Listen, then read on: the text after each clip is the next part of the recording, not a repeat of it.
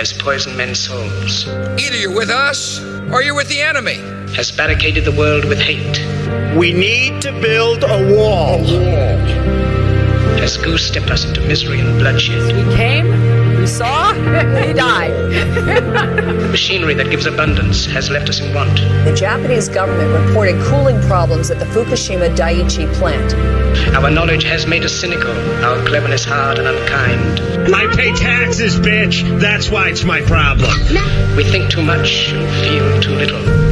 A study suggesting there's a surge in the amount of antipsychotic drugs prescribed to teens and young adults. More than machinery, we need humanity.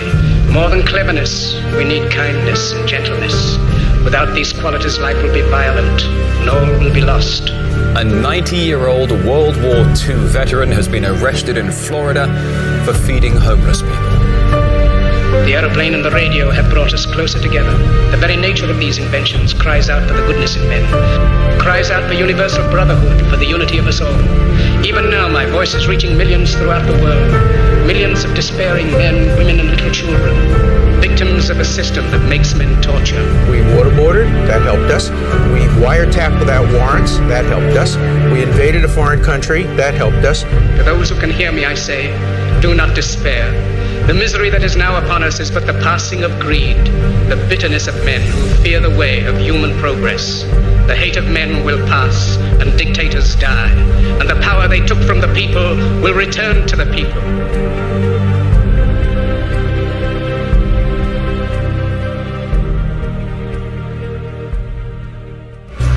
The sky's so far away tonight, but I can't lose this one. Get a pride of a falling night. Thought that I was fit to fight for us to be. You gave me life for loving me. Tell me where did we go so wrong? Raw consciousness does not require a savior, but rather, raw consciousness requires only knowledge of oneself and the power to access it. Remember this as we unlock an even greater gnosis from beyond the veil.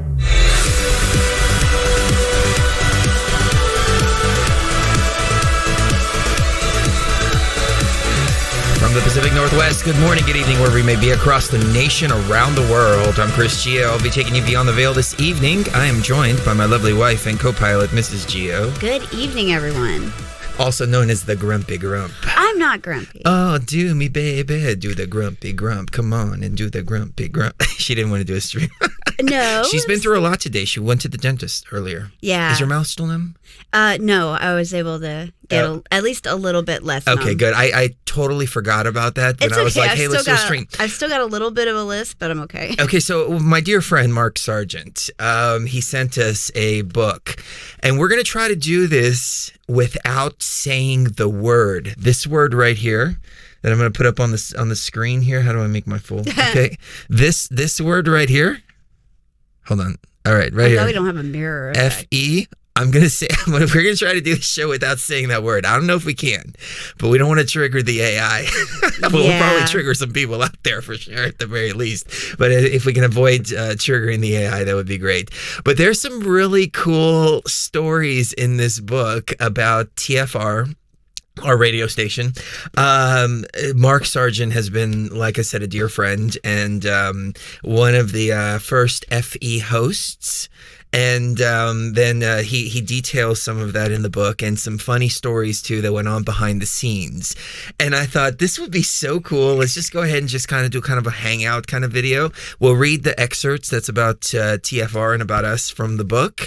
Urge people also to go check out the book. It's available on Amazon. That's the title of it right there, right up on the screen. And I also want to tell you about the journey through this particular topic here. The topic that shall remain unspoken because it triggers the AI.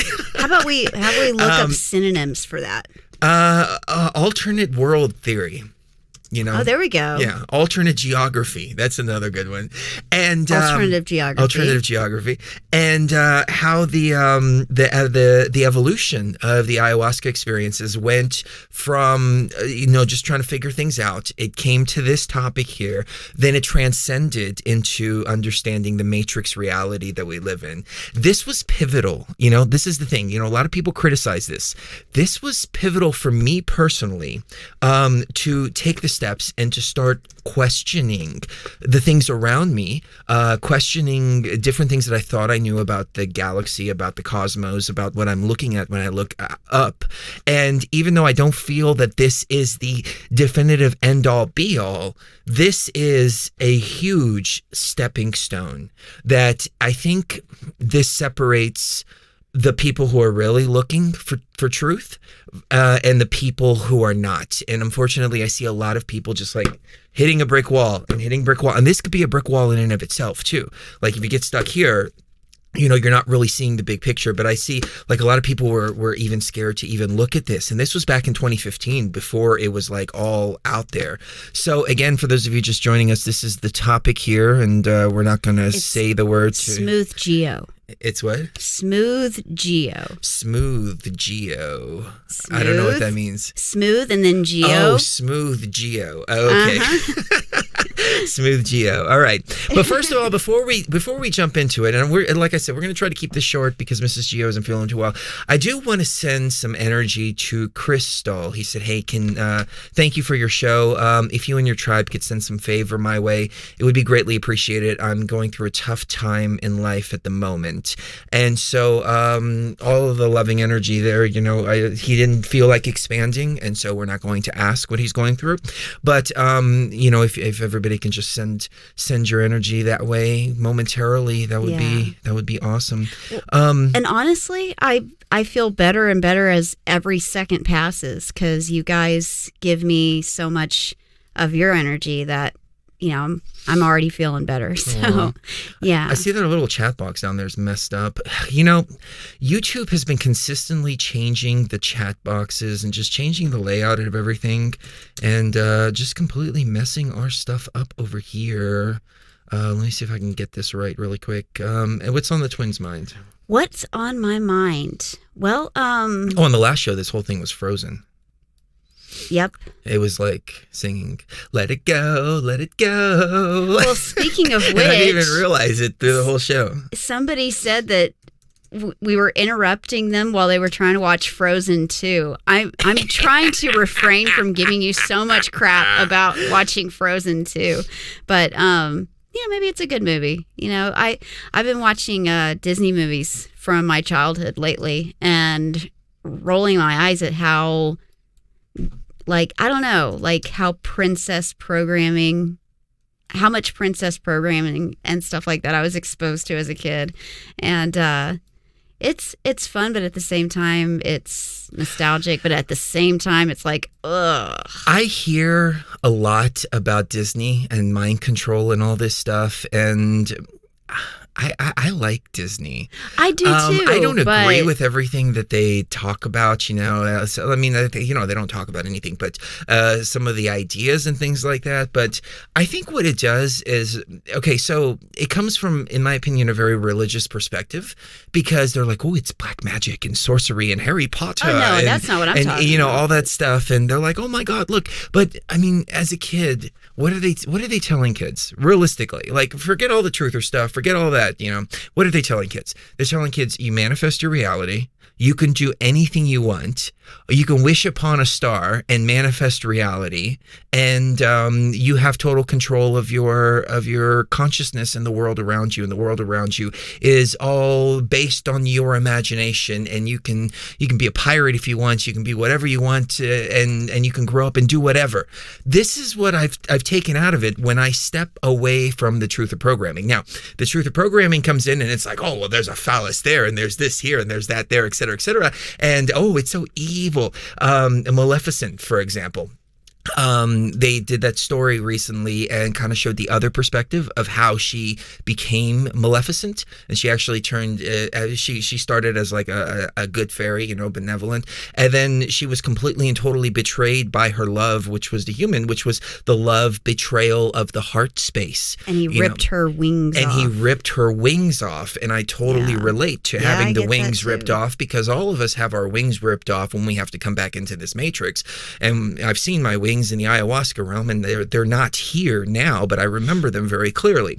So it kind of resonated, and then I was like, oh, okay, so I kind of understand. But then again, people could say, well, that's the trap right there. They want you to associate with the evil character. But in actual fact, I mean, I was watching that movie and I was like, yeah, no, the humans need to go. I mean, look at how low consciousness they are. They're hurting everybody, and they're killing the forest, and they're killing literally everything. So it brings like a whole new perspective to the table. I was actually watching Castlevania on Netflix, and it's from that video game. You know, we all grew up with that video game, and we always played that video game from the perspective of Simon. God, I forget his name. The character of Castlevania, Simon Belmont. Okay, so Castlevania 3 was his ancestor Trevor Belmont, and then he teams up with Cypher, and he teams up with Alucard, which is backwards for Dracula. Alucard is Dracula's son, and they go and they fight Dracula. So, you know, you play the game as a kid, and you're like, yeah, you know, I'm going to get Dracula, but you never stop to ask, why is Dracula the way he is? What's going on? Well, in the Castlevania series on Netflix, it starts out with this woman that walks into Dracula's castle. And she knocks on the door, and she's like, "Hey, you know, I'm a healer, and I need. I'm a doctor. I'm a doctor, yeah, and I need scientist. the knowledge to help people. It's simple as that." And he's like, "Why should I give you any of the knowledge whatsoever?" And she's like, "Well, I've been in your home for 10 minutes now, and you haven't bothered to take my coat, and you haven't invited me to have something to drink." And he's like, "I'll drink from your neck if I want to." And she like walked in there and like softened his heart just like by her very presence. You know, the beauty of the feminine and the softness of the feminine, and ultimately the lack of the fear that she showed walking in. And so the story progresses, and Dracula is he's a chemist and an alchemist, and he's got all the secrets of how to heal people, and these are ancient knowledge that's been passed down for generations and generations, and he's been holding on to all of this ancient knowledge. And she's like, look, you know, we need this knowledge, but the church has been systematically suppressing the knowledge of herbs and things like that heal. So as the series progresses, and I'm not going to go through the whole thing because I don't want to ruin it, but as the series progresses, the church finds out that she's healing people, and they call her a witch for all her magical healing spells and everything that she got from Dracula, you know, the ancient knowledge, the esoteric knowledge, and they burn her at the stake. And that infuriates Dracula, and he's like, kill all the humans, wipe them off the freaking face of the earth after that. And I was thinking to myself, I can kind of relate to that. I can too. You know, I mean, not saying that action is justifiable or anything like that. I'm just saying, like, you know, he knew how vile the humans were, especially religion, and he let this woman into his heart. He walked the earth like a man. That was one of the themes that she's like, you need to go walk the earth as a man and see what it's like to be a man. And he did. And as he was out and he was unable to protect his wife, they came and they burned her at the stake, and that created the fury behind him. So now Trevor Belmont and the others are going to go get Dracula. Alucard was a very interesting character, though, because Alucard, again, backwards for Dracula, was half Dracula and half human. So he was like, no, look, my mother was a human. And he's like, there was only one human that was like your mother. You know, all the other ones are scum. So that's why Alucard goes after Dracula. But it brings a whole new perspective to the table, is what my point is. And I was watching the series going, I kind of relate to Dracula more than I relate to the Belmonts. And growing up playing that video game, I was always like, playing, oh yeah, you got to get Dracula, which I think esoterically it shows there's two sides to the coin always, and there's two completely different perspectives. And I think ultimately it goes to show as well that a lot of the times all the players on the board think that they're righteous and just. And you have to ask yourself which ones are really righteous and just. Maybe none of them are righteous and just. But we see this with religion. They're horrible people, and they really think that they're good people. Like they treat each other, horribly, but they treat non-believers even worse. And it's an institutionalized kind of thing. So I watch all this stuff from this higher consciousness perspective and a bird's eye perspective off the chessboard, looking 360 degrees. And now all of a sudden, all perspectives are coming to the table. So back to my original thing about Disney, that's what I think Disney is showing kids, that different perspectives and to see from 360 degrees and all of that, which I can't necessarily say is a inherently bad thing. Now, you could pick out little details and go, I don't like this, I don't like that, and of course you can pick details out of anything. But if there's anything that I've learned, it's that if I agree with anything 100%, whether it's a person or a concept or an idea or anything like that, I'm not really thinking for myself. So yeah, that's my thought on that. I didn't mean to go off on such a tangent, but I think it's important to look from a 360 degree perspective and not be so judgmental. I think the judgmental thing is something that we've experienced over the last 5 years with pretty much everything I say, and it brought me to a point where I almost wanted to quit doing this, and not quit the journey, but just quit doing these shows because I'm tired of judgmental people. And I find that the judgmental people are usually the ones that haven't achieved anything. And I'm not even talking about physically, I'm talking about in their path. And they're like the wannabes. I was having a conversation with somebody earlier today, and it's the Namaste crew, the ones. It's funny because she got into it with a New Ager, and the New Ager was like Namaste, and I was like, you know what that means, right? I was like, down in Texas, we have a phrase that says "bless your heart," and bless your heart can mean anything. It can mean literally bless your heart, or it can mean like if you see a baby and you're like, oh, bless his heart, that means what an ugly baby. Yeah. Bless his heart. Or it can mean F you, and Namaste is the same thing. And that's what these New Agers do. They're like, oh, well, namaste. And it's like, dude, just tell me to go F myself to my face. I'd rather you do that. I'd rather you be real. But the judgmental comes from those type of people that haven't achieved anything, and this is I'm pretty firm in this belief too. If you're wearing a bunch of crap, if you have to wear it on your sleeve, then you are hiding something because you haven't achieved what you're looking for. Not just in the New Age, but also in religion too. Which is why when I encounter somebody that's like, diehard Christian, then I'm like, okay, you must be a really horrible person because you need that shield in order to block off all the horrible stuff that's going on in your life. And I've talked to some because I'm very open with people, and I don't judge people right off the bat. I start to form a judgment after I get to know them a little bit. But if somebody's like, yeah, I'm Christian, I don't just judge them right off the bat.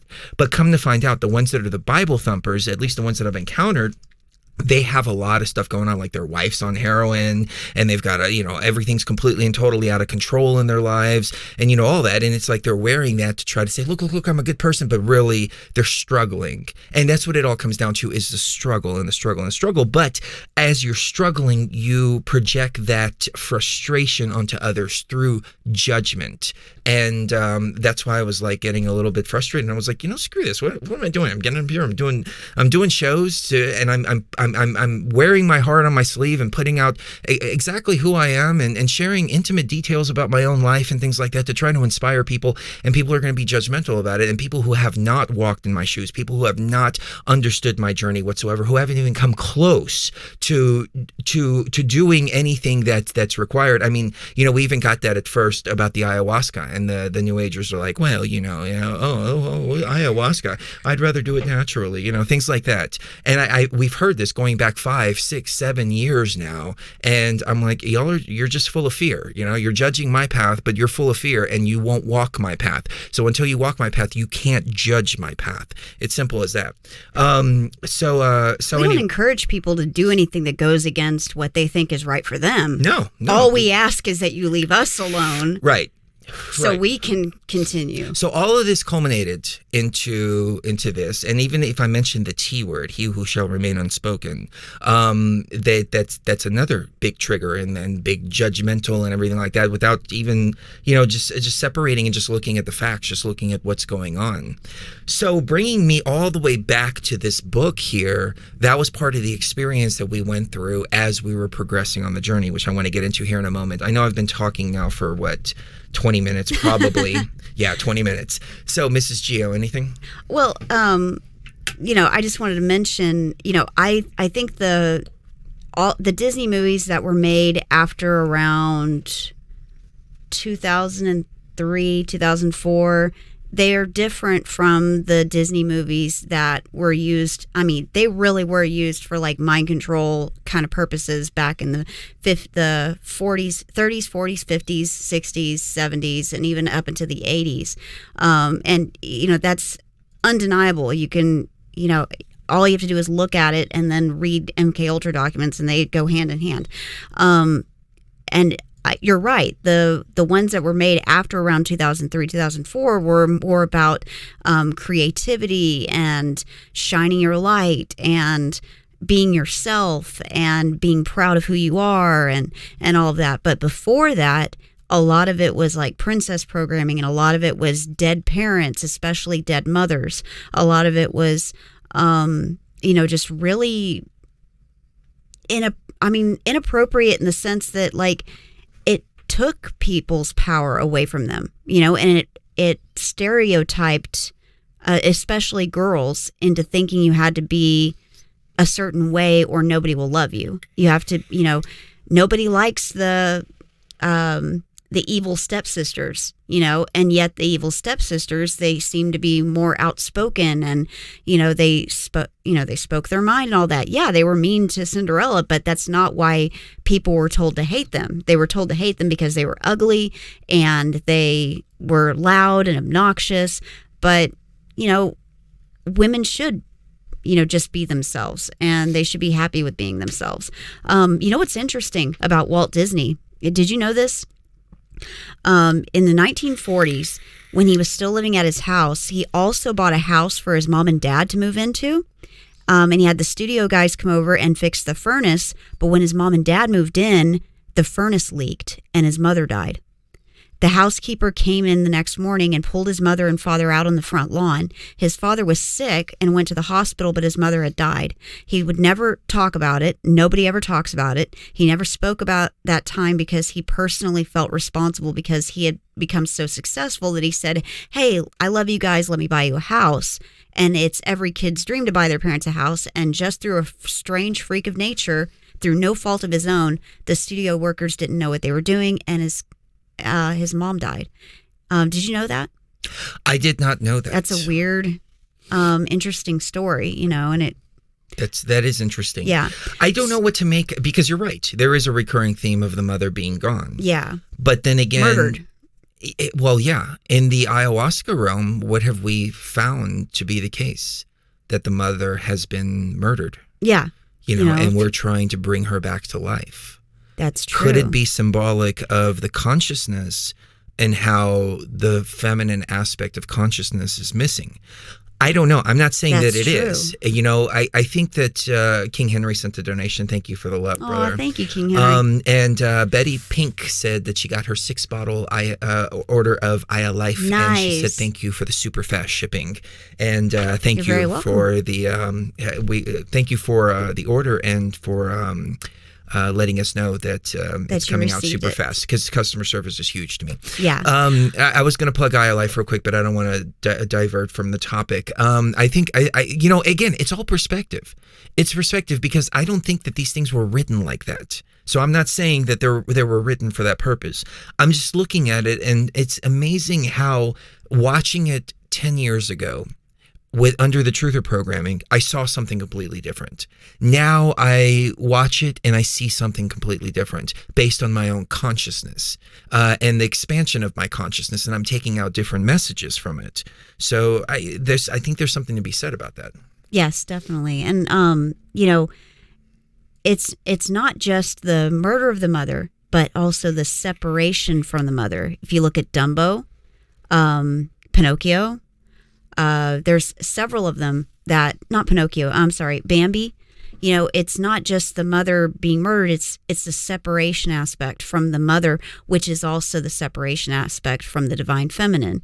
And I think you're onto something there. Maybe in some roundabout way, maybe they were doing it subconsciously and didn't realize what they were doing, but maybe it's supposed to spark something inside of us that says, well, wait a second, we're focusing way too much on the male-dominated egoic structure rather than the divine feminine, soft, loving, compassionate, empathetic aspect. Remember we did that video several years ago about the divine feminine, and that's, the left brain is the male brain. It's the ego. It's the competition. It's the, protector and all of that, while the right brain, the female aspect, is the nurturer. And so awesome. That's anyway. People are coming in and saying they haven't been notified, like Lucky, for example. I haven't been notified either, and YouTube I'm does on this. the show. I think what YouTube does is they look at the keywords and then either censor as a result, which is why we're trying to use FE instead of the full term. Mm-hmm. Or I think what it also is like if you've subscribed to a video that says like Matrix simulation, then you get notified of that. If you subscribe to a video that said something else, then you get notified for that.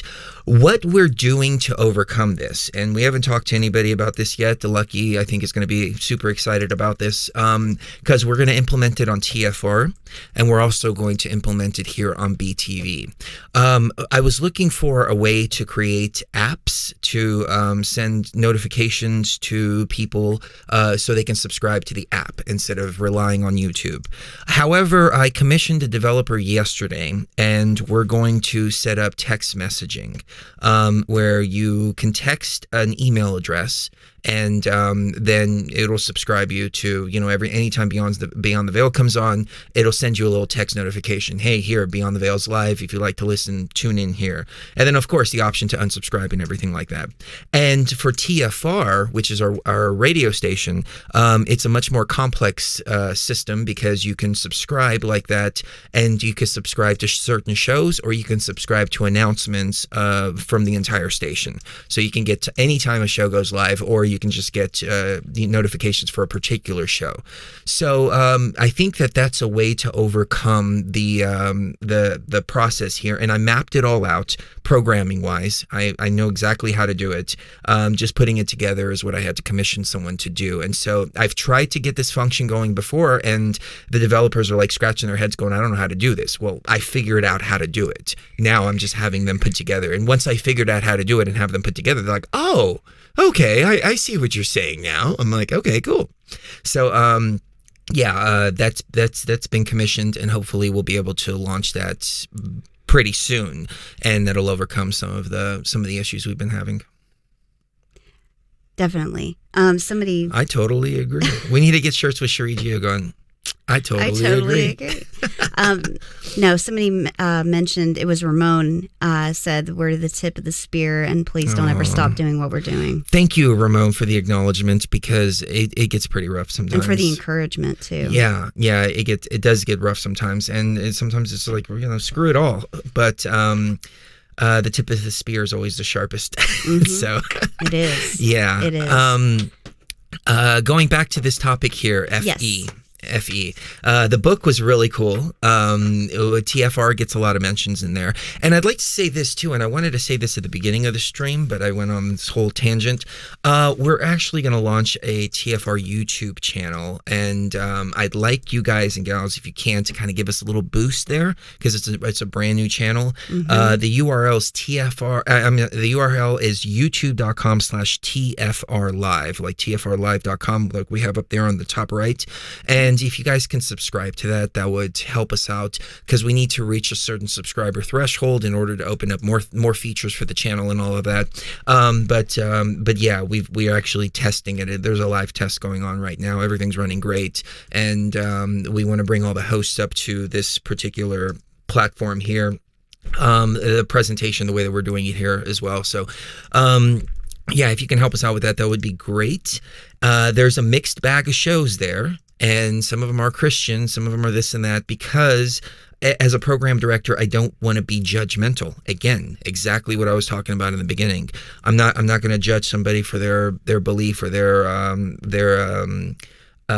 way of thinking, but then again, I expect the same in return, and I expect the same respect, and we can have polar opposite understandings and still be friends, and that's the higher consciousness perspective, the mature perspective. We can get into. Oh, go ahead. I was just going to say, well, me, for instance, I never subscribed to that particular belief system, or even, really gave it a whole lot of scientific credit. But at the same time, I have all the respect in the world for the people that do, and I have, I've never had a problem with anybody. No one's ever had a problem with me. I think it was like 2 years ago. We had somebody that was really upset because apparently they thought that the network didn't like them because they were into that FE topic, and that they weren't into the FE topic, and that they were being persecuted because they didn't believe in that. And I said, well, that's not the case at all, because look at me, I'm just like you, and yet I get along with everybody. So, well, let's start from the beginning of the story. All right. So, you know what? Let me run an intro. That way we can cut the segments. Okay. Sounds good.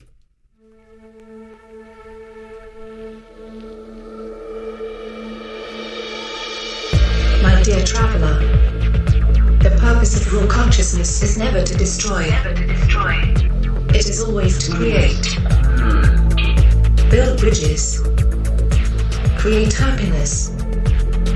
And bring forth new life. We must live in the hope that mankind will draw together, and that we better understand each other. The more that we awaken, the easier this will become. Now rise. Follow your conductors, and fear no danger, as you step beyond the veil.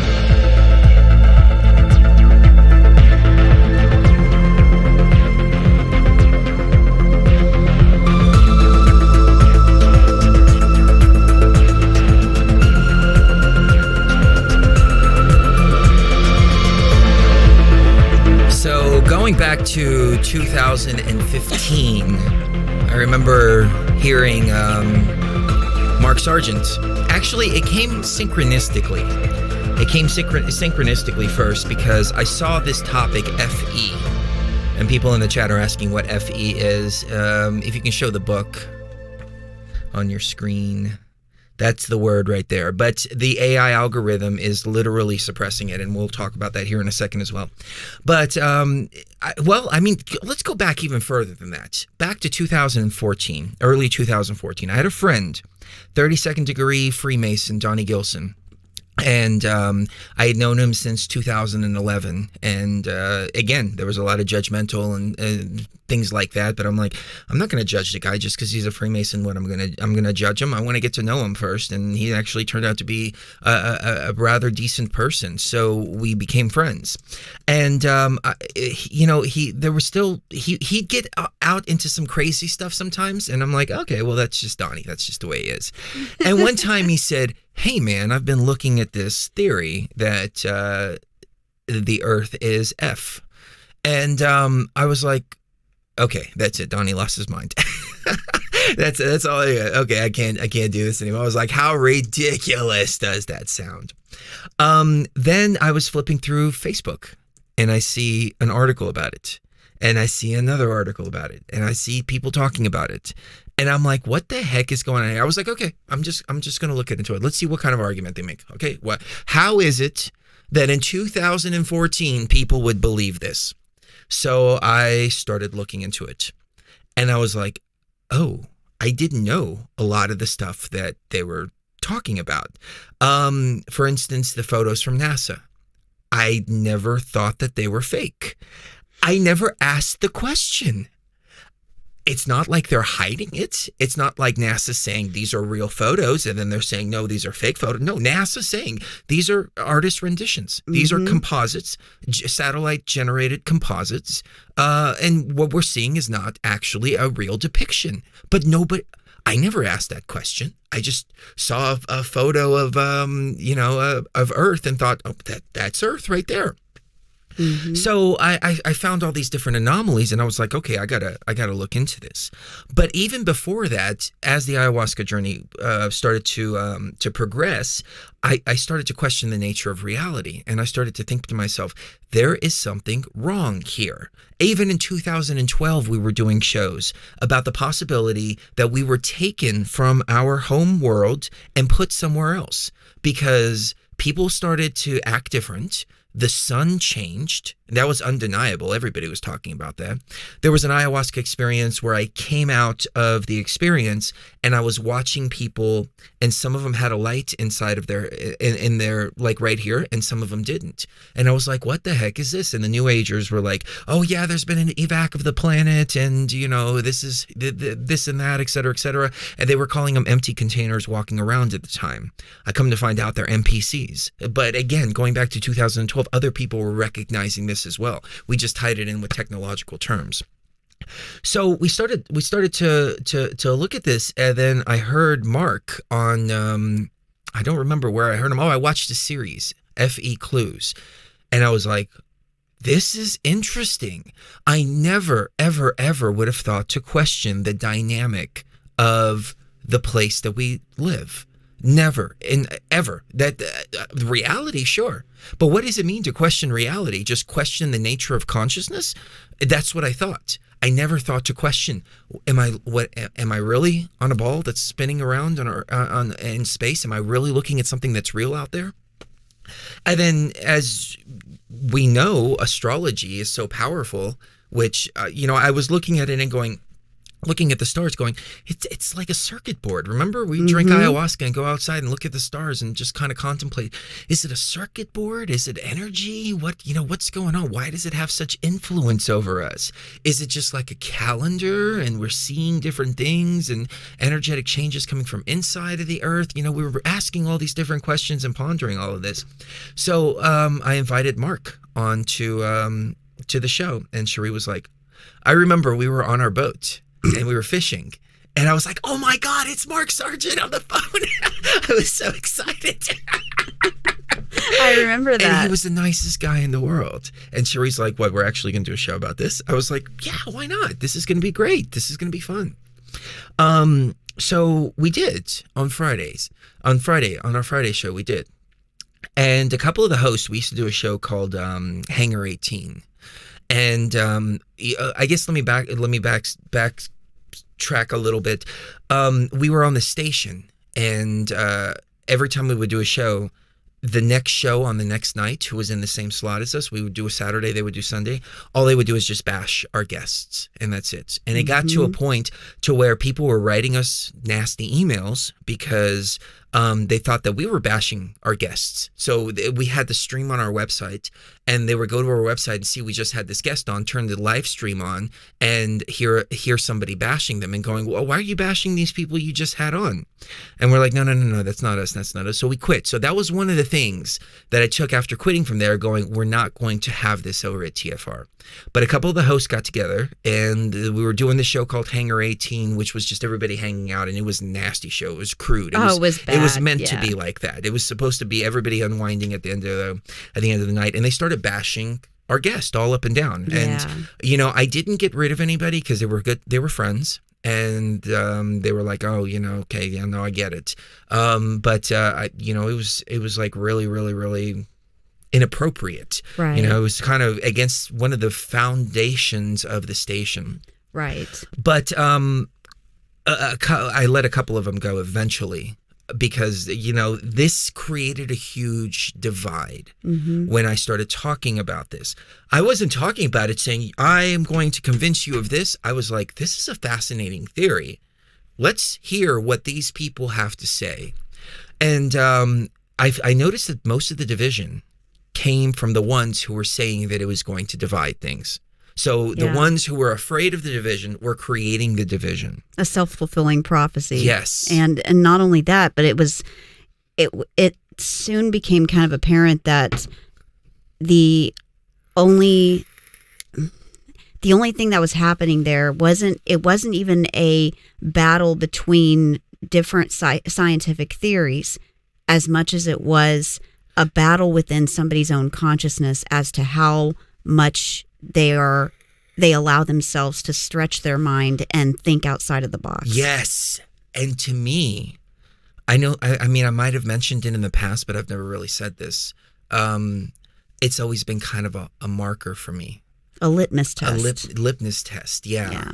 Of a person. When they, come out the gate just bashing that, I'm like, okay, so you didn't even bother looking. I don't have to look at it. Oh, so that's where your quest for truth ends. That's where your journey ends. You've created that wall right there. You can't even look at that. That's your self-imposed glass ceiling of consciousness. Exactly. Perfect. Self-imposed glass ceiling of consciousness. Yeah. And so, I began to just kind of not put people in different categories, but kind of view different people around me as, okay, this person is kind of stuck over here, and this person is completely open-minded, and this person this and that, et cetera, et cetera. And really with people in the comment section too, because they would come and they would leave comments on our videos, and I'm like, wow, you guys are not even, you're so close-minded that you can't even consider something like that. I never once took the position, though, of saying this is what it is. Right. What I did is I said, what if this is it? But I think that it's more.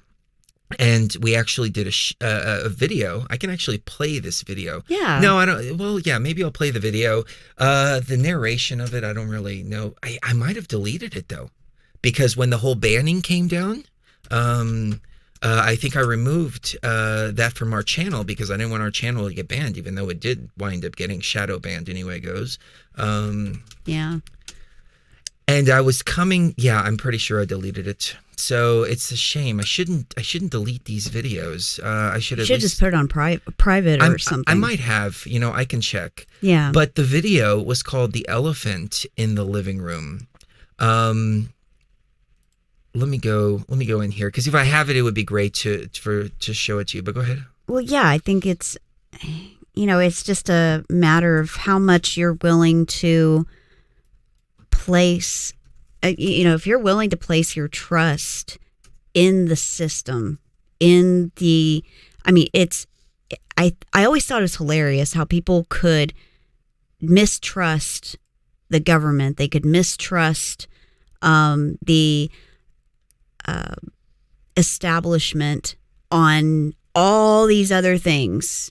And all these, school shootings were fake, and all of this is fake, and all of that is fake. But this one thing, not only is it real, but if you say it's not, then I'm going to mock you. I'm going to bash you. I'm going to. Exactly. It brought people down to an infantile state where they were literally on both sides. I'm not saying it was one side or another. It wasn't really that one-sided. Both sides. Yeah. Which is what turned me off to the topic completely. Exactly. Me too. Because, I was right in the middle on it, so I was catching shit from both sides. They were like, "How dare you say it's not a globe? And how dare you say it is a globe?" And I'm like, I didn't say anything. I said, "Look, I showed this video of this wire statue, a sculpture, and looking at it from the front, it was an elephant. When you start to pan around to the side, it turns into a giraffe." And the video says, what are you looking at? Are you looking at a giraffe or are you looking at an elephant? And it starts out with the elephant and, you're sure you see the elephant. It's right there, crystal clear. You see the elephant, then it pans around. Or are you looking at a giraffe? The fact of the matter is that you're not looking at an elephant or a giraffe. The fact of the matter is that you're looking at a bunch of wires, nothing more. The wires are creating an illusion of an elephant or an illusion of a giraffe, depending on your perspective. But neither is correct. It's a wire illusion. And I was leading into the simulation because now it started to make sense. The ayahuasca experiences, the ayahuasca journey, the energy code reading. Why am I getting the sense that there's something wrong here? Why are we having Mandela effects? Why are we having all these glitches in the matrix? Why is all this? It's all making sense because we're in a simulation. Why are so many people all of a sudden waking up and going, this isn't right? I don't think space is real. I don't think the sun is as far away as they tell us it is. This was one of the things for me too. Like we're meant to believe the sun is 93 million miles away and the moon is 250 miles away. I think it's much closer. No, I think it's like 250,000. 250,000 miles. Yeah. I mean, yeah, 250,000 miles. So, but they're equal in size as they are distanced to one another, to where they appear the exact same size within the sky.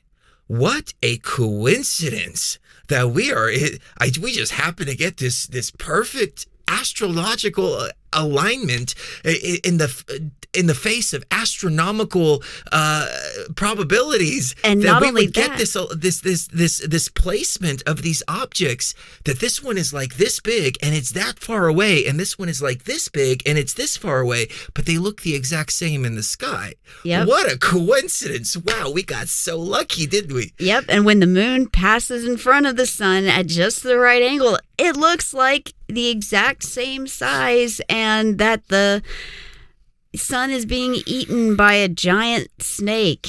Yeah, you know? Yeah, and somebody said then the moon doesn't rotate. That's what I thought too.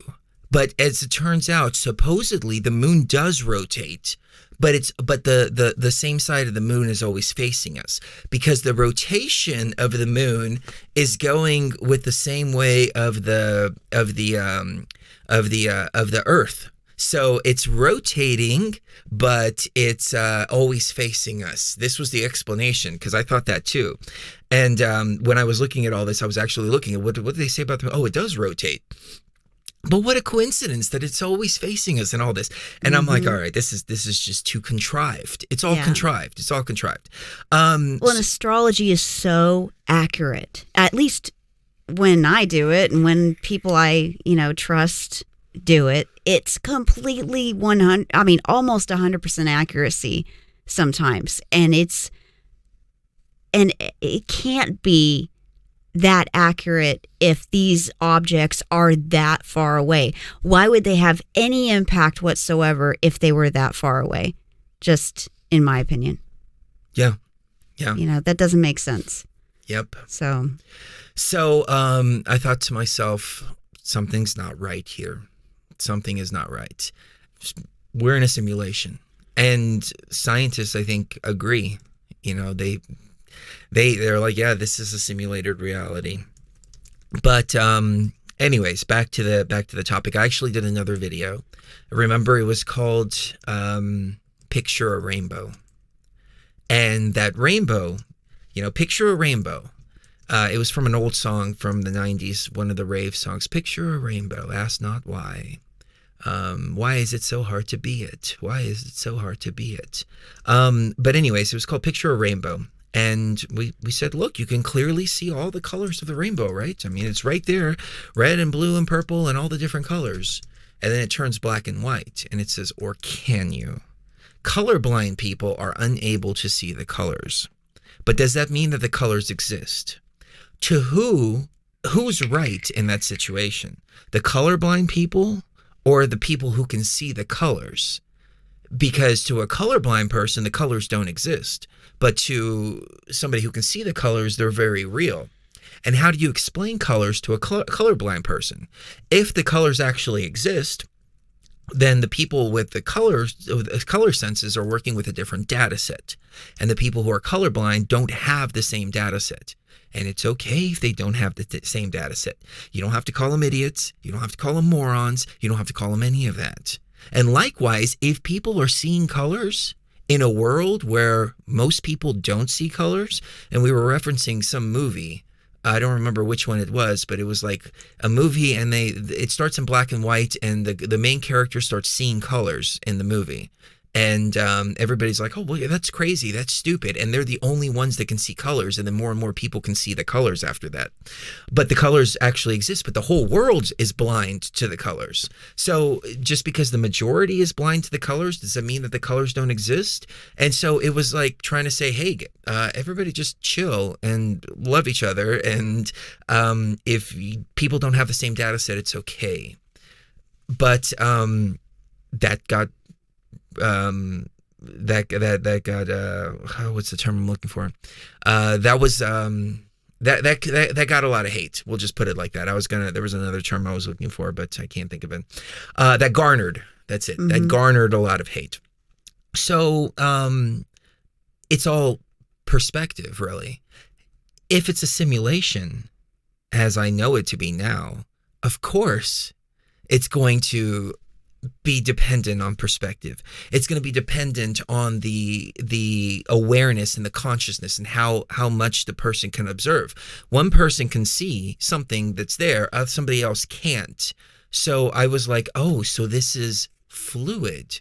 Because I didn't believe that all of a sudden all these people just woke up one day and just said, I'm going to go on the most kookiest, stupid conspiracy that I can possibly think about. I'm going to become the idiot of my workplace. Right. And have everybody hate me overnight. And then when I started seeing it grow too, I was like, okay, this is extremely interesting here. I mean, it's gotten so big that it was mentioned during the Super Bowl commercial. Mark Sargent was featured on Jimmy Kimmel recently. They went to an FE conference, and Jimmy had injected a fake guy in there, and they were asking all these stupid questions and stuff like that to make it look really kooky. And I was like, who is this guy, and why is the camera always focused on him? And then as it turns out, at the end, at least Jimmy Kimmel revealed that was one of his guys. But you've got the you've got the cameras there, and Mark's like, get out of here, dude, you're freaking crazy. And they actually kick the guy out of the conference because he's making everybody look like complete morons. But it's even being featured on Jimmy Kimmel. It's being ridiculed, sure, but they don't ridicule 9/11 conspiracy theories. They don't ridicule. They used to, but did they? Yeah, they used to. Okay. But it's not. It wasn't a. It seemed like whenever they were ridiculing 9/11 stuff, it wasn't a knee-jerk reaction. Rather, it was a calculated effort to try to make something look silly. Yeah. However, with the FE stuff, it's a knee-jerk reaction of course that's not true. That's just stupid, and you don't even have to. Well, the point is, though, anything. I think if it was really that stupid or that unpopular, you wouldn't even mention it. That's true. You wouldn't even acknowledge or bring it to anybody's attention. When it's acknowledged, I think there's something to it. Mm-hmm. There was another interesting thing, kind of a side issue here, but Andy Bishago came on our show back in 2014 or something like that. He's supposedly the time traveler from Mars, or he's been on Mars, and he was part of Project Mars and Project Pegasus and all of that. And he said Obama was part of Project Pegasus, and he was with him when he was younger.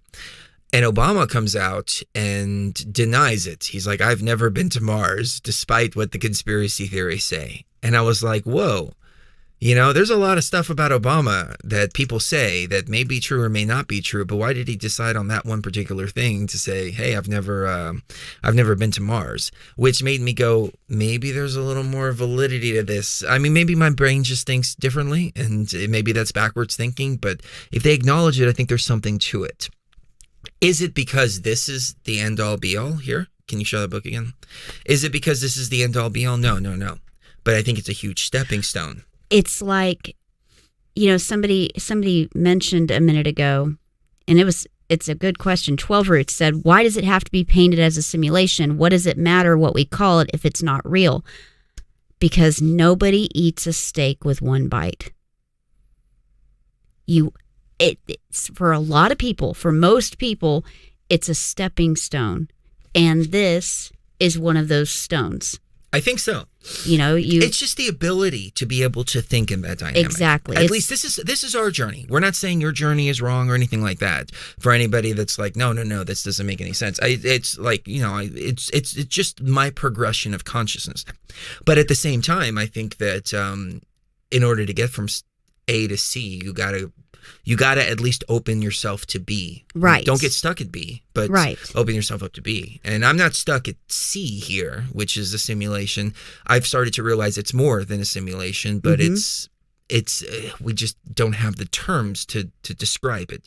But I'm always looking for more and looking for more and looking for more. Yeah, exactly. So back to TFR here. So Mark started doing a show on TFR.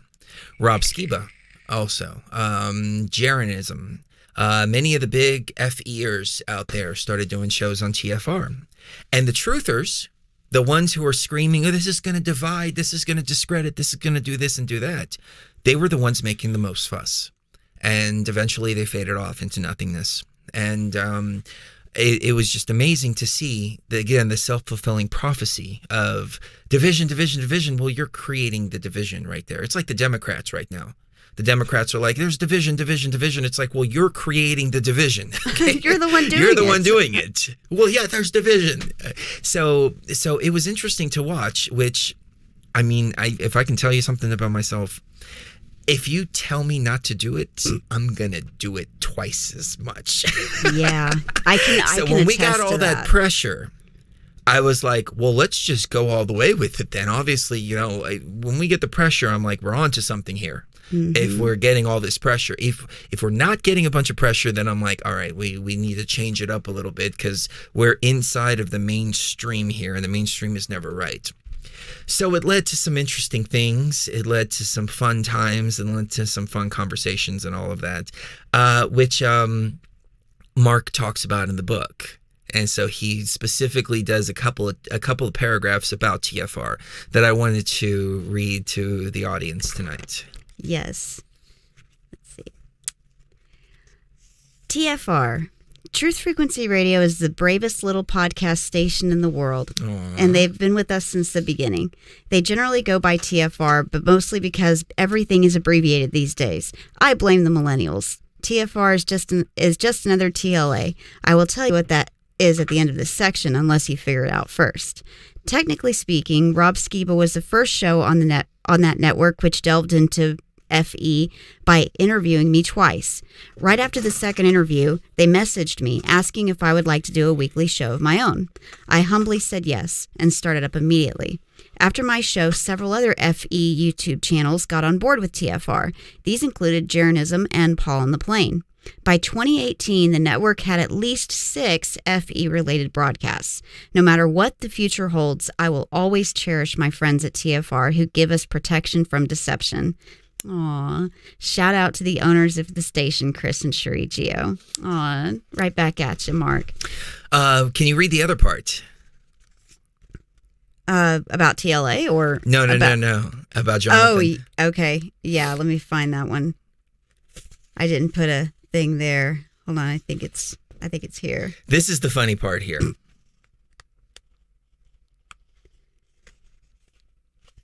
See, and that's the thing too. If I could be upfront here for a moment, the truther people were kind of assholes to me, as the program director at the time. Mm-hmm. The FEers were totally cool. They were like, and I like that. That counts to me so much more. Like if you're cool with me, it's Paul on the Plane is in the house, and hey, Paul. Yeah, Paul is here. Paul was a host on TFR, and he moved on to do other things. But some of the truthers, they just like if they were gonna quit, they just stopped doing shows. Didn't say anything. Didn't bother to say. Paul wrote a nice email. He said, hey, man, I've got other projects going on. I'm going to go ahead and move on to something else. I actually found a replacement host for you if you'd like someone to take that slot over. I was like, wow, this is the difference in dynamic here. Right. These guys are totally 100% respectful, and the truthers were like total assholes. Yeah. So by comparison, yes. As a human being, what am I going to respond to? Really? So Exactly. Thank you, Paul. That was real, man. That was real. Thank you. So the Jonathan from Jersey / Orphan Red incident. I have to mention this because I get asked about it from time to time, mostly about Jonathan and what happened to him. Jonathan Macedo was my first co-host on Strange World, and I do not think I could have started the show without him.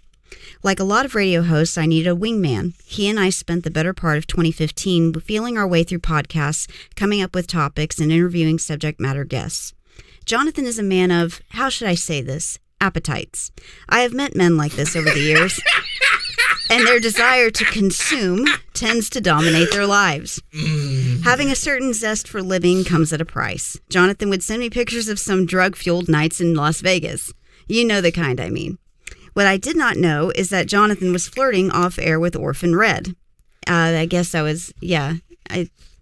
For those of you who don't know who Orphan Red is, you can explain, Chris. Hold on, before you go any further. Well,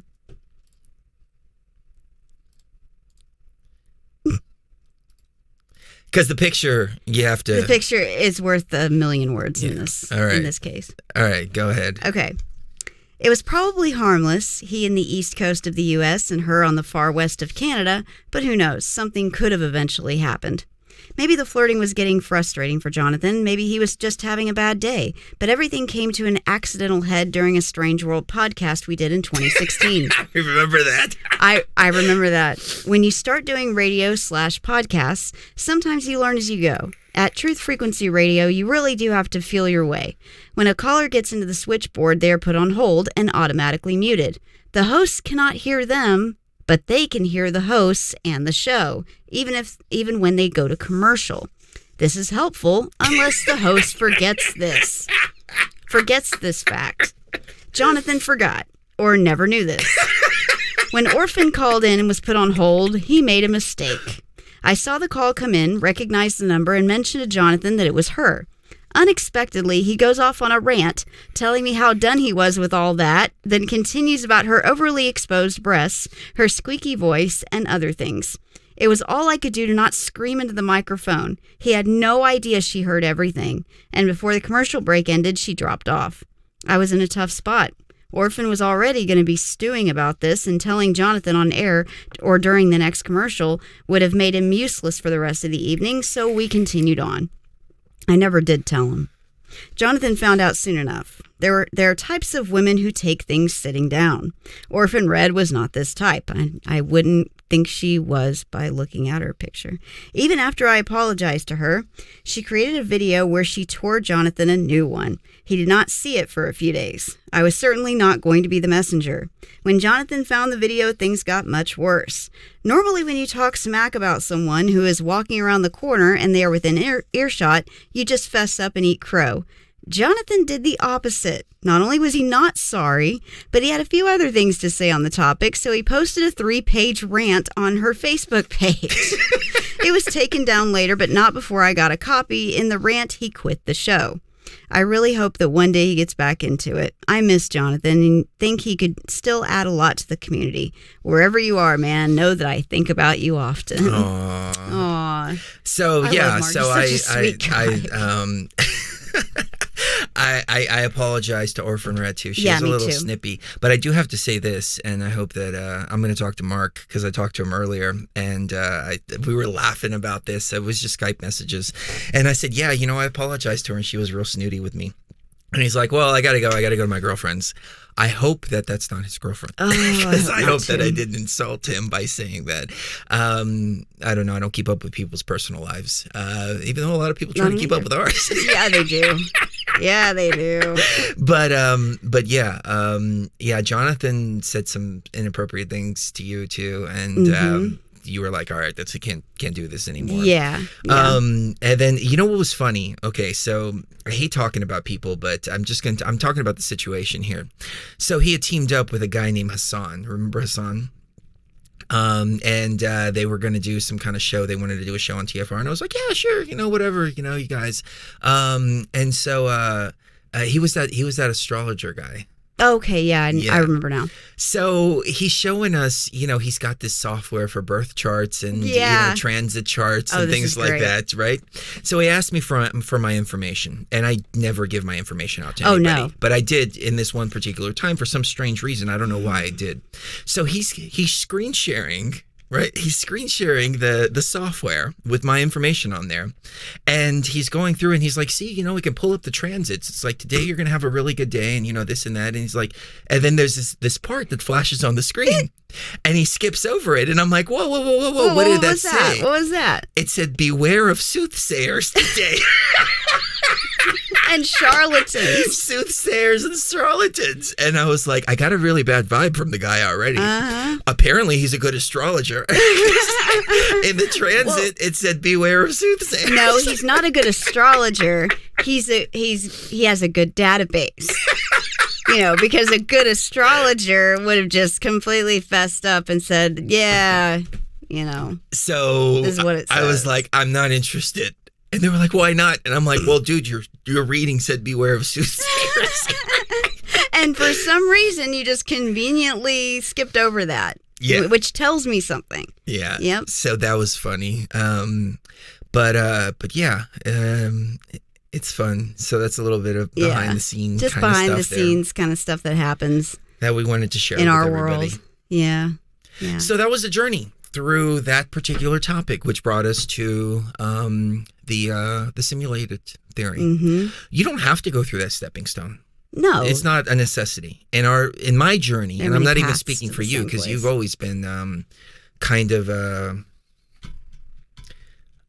not resistant, but you've always protested when we've done shows like that, and it's perfectly fine. I think the reason why is, I came to the conclusion of the simulation theory in a different way. Just like you literally just said, there are different paths to the same place.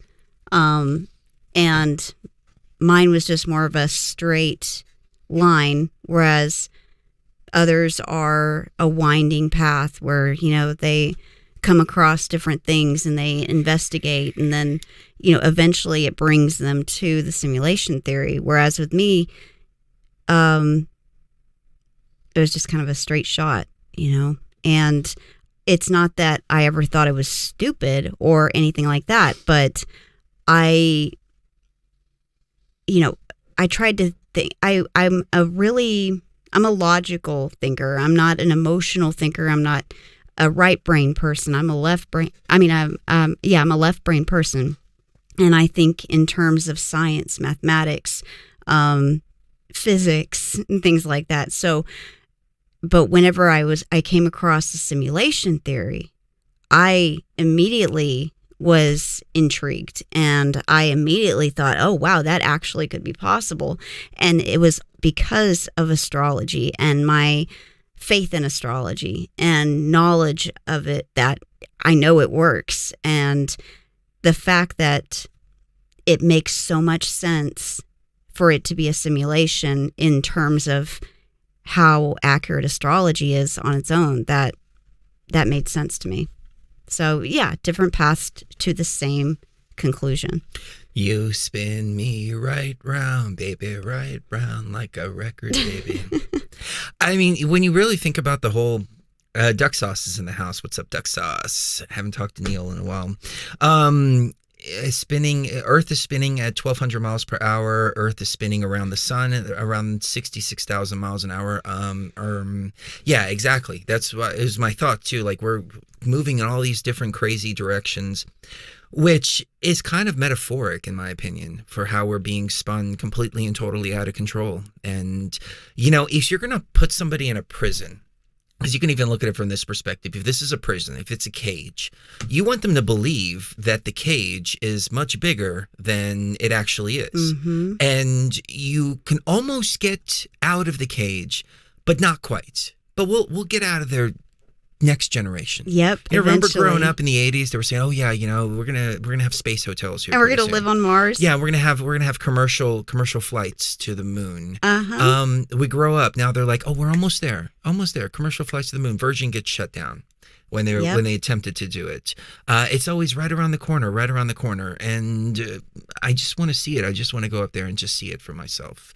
It would be cool, and it's fine, but there's always that illusion, but then we're spinning too out of control. And it's Mark in his clues, he put the idea out that if you put an animal in a small enclosed space, even if it looks like the environment, his natural environment, eventually he's going to find that edge. But if you make the environment bigger and bigger and bigger and bigger and bigger, he's not going to find the edge eventually. And he'll stay isolated in there for his entire life. And I wonder if that's the case with us. The other theory that Mrs. Geo has is that they may be hiding something. Was that you or was that Lucky I was talking to? Okay, I was talking to somebody earlier. And they may be hiding a landmass. Mm-hmm. And that could be why they're faking all the photos. Right. Yeah, I remember. We were talking and I was like, well, couch, you know, if it's so simple, I mean, we can take photos of supposedly freaking Uranus. And it's Uranus.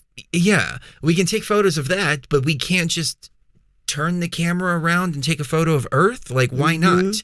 Well, the Earth is too close and it's too big, and so we can't take a photo. Okay, well, send a satellite out, do a specific mission, send a camera out there and take it as far as it needs to go. I mean, if we can send a satellite out to freaking Pluto and beyond, we can send a satellite out that's backwards with a camera to just take a couple of photos of the Earth. Supposedly, we just had a satellite exit our solar system a couple years back. Yeah. So why the hell can't we turn that thing around just to look? Right. I mean, I think that we need some full pictures of Earth. Yeah. You know? And why don't we have live streams from the moon? Why can't we send up a few lunar rovers that are powered by solar electricity that's a 24/7 live stream of the Earth? Wouldn't we want to monitor the Earth? Right. To see incoming things and, you know, things like that? I mean, am I the only one that's thinking like, hey, you know, we should have some home security here? Right. I mean, it's simple as that.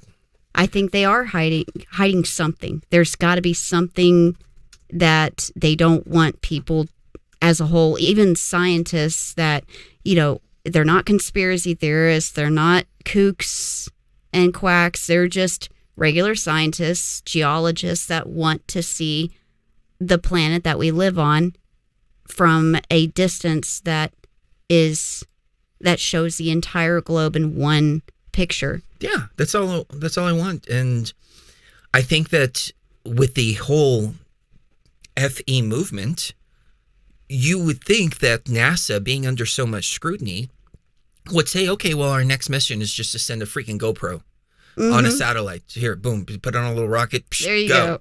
Whatever. Here's the Earth. What's it going to cost? A few $100 million? Like, that's what they freaking burn through in like a day anyways. Yeah, exactly. So just make a little rocket and just send it and take photos.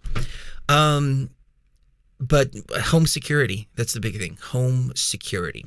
But also heart security is a very big thing. And that is why we designed a new t-shirt over at TFRtribe.com. Oh, you guys are going to love it. Yeah. This is protected by Adorable. Best Heart Security. It comes in black, comes in purple, comes in all kinds of different stuff. But that is really it's got cute. that really cute Best photo right there. And yeah, so you let people know that your heart space is protected by Best at BTVtribe.com. Yes, I'm loving these t-shirts and all the gear, BTV gear lately. Nick said, I think the cats are in there, probably a cattail. I don't see any cats in here. I don't think they're in here. No. I gave them treats a little bit ago, so I think they're still hanging out in my office. We've had to cut down their treat intake. Yes, we have. And they haven't been happy about that. We've spoiled them too much. Yeah. And they were getting a little bit of an upset stomach. Yeah. And yeah, they crawled. Like the other day we were doing a show, Bestet crawled on me. And she had stuff stuck to her butt. Ew. And got it on my pants. And I was like petting her. And I was like, what the heck's going on here? What is this? And I was like, all right, I'm going to totally act nonchalant about this. Yeah, it was at that moment we're like, okay, we got to back off on the treats. Yeah, the joys of being a cat parent when you have a live show. Yeah. Yeah. But yeah, they have not reacted well. And so Bastet destroyed an entire roll of paper towels. And whenever I walked in on her doing it, she just looked at me like this. Like, what are you going to do about it? What you going to do? They've been tearing stuff up. I got foam up here on the wall. Well, I had foam on the wall. Let me show you. You had foam on the wall. Yeah, not anymore.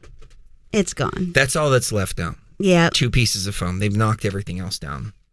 So there's a song from the 2000s, knocking doors down, showing parts of rhyme. I'ma come through and show my wood pine.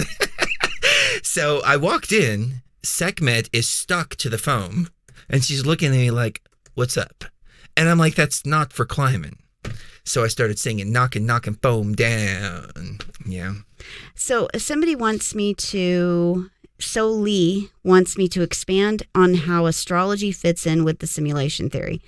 So whenever I'm doing a birth chart for somebody, I follow a template.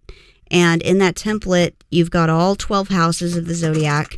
You've got all of the planets that, whichever ones I'm including in the birth chart. I mean, there can be all, hundreds and hundreds of not just planets, but asteroids and even invisible points like the North Node or Lilith. And then you've got, dwarf planets. You've got so many different asteroids. I add a lot of asteroids in there. Chiron is one of them. And so all of these bodies will appear in some kind of, in 2 things, a house, and they'll also appear in a sign. And so if you, even just looking at which house is in which sign, that means something. And then you have those points or those bodies or there's those planets. Let's say Jupiter is in Pisces in the 3rd house. That's not just one aspect. That's not just one mathematical formula. That's 3 mathematical formulas in one. And so everything has meaning. And so when you start to learn what the signs mean, when you start to learn what the houses mean, and when you start to learn what the planets themselves mean, then it becomes a mathematical equation where you can determine what the big picture is. And that's why my birth charts are usually anywhere from 200 to 1,000 pages long.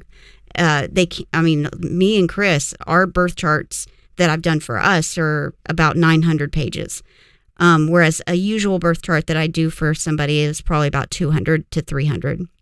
But it all comes together to create a big picture. That's why when people ask me, oh, can you just break it down for me real quick in like a paragraph?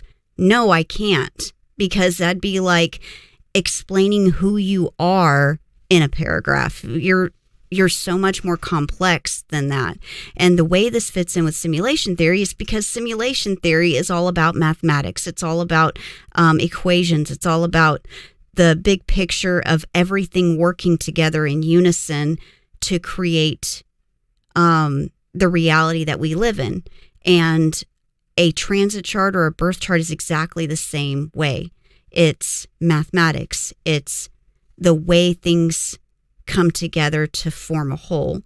And it just makes much more sense to me that it would be part of a simulation. It would be part of a simulated reality that's based entirely upon mathematics and equations than for it to be this complicated mess of chaos that just happened to come about as the result of a big bang that somehow formulated itself into all these different stars, all these different planets, all these different galaxies. That is nonsensical compared to the idea that this is all part of one matrix, that everything has its place and everything all works together. So I hope that was a decent explanation for you guys, but that's just the way that it came to me. But yeah, I don't think that it's, I don't think astrology is based, I was watching a show the other day and this girl, she's like a scientist. She's like, well, my mother was into astrology, which is just stupid, because it's just New Age faith, it's just like religion, except it's New Agey. And I'm like, that is such a condescending and simplistic viewpoint of astrology, because astrology is so much more than that, and it has nothing to do with faith. If you go back to 1,000 years ago, astrologers back then were already in tune with what most of these aspects meant. They knew that when Venus and Mars shared a house together, that it meant something special. It wasn't, it wasn't a New Agey faith thing. It was, when this happens, we see these kinds of events happening in people's lives or in politics or in historical events. And that's,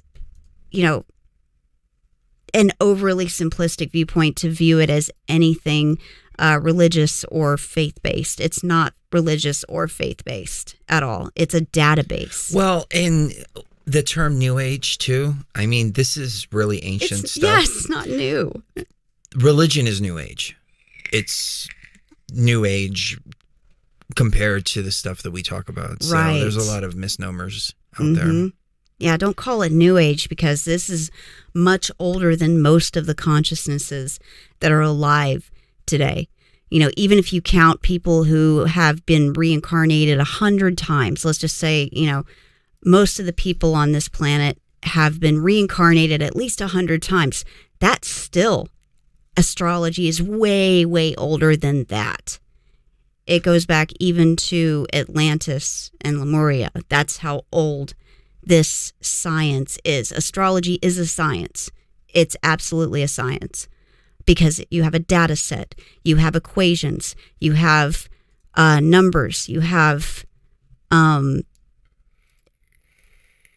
numbers being being assigned meaning, and that's algebra, where numbers are given meaning, letters are given numbers.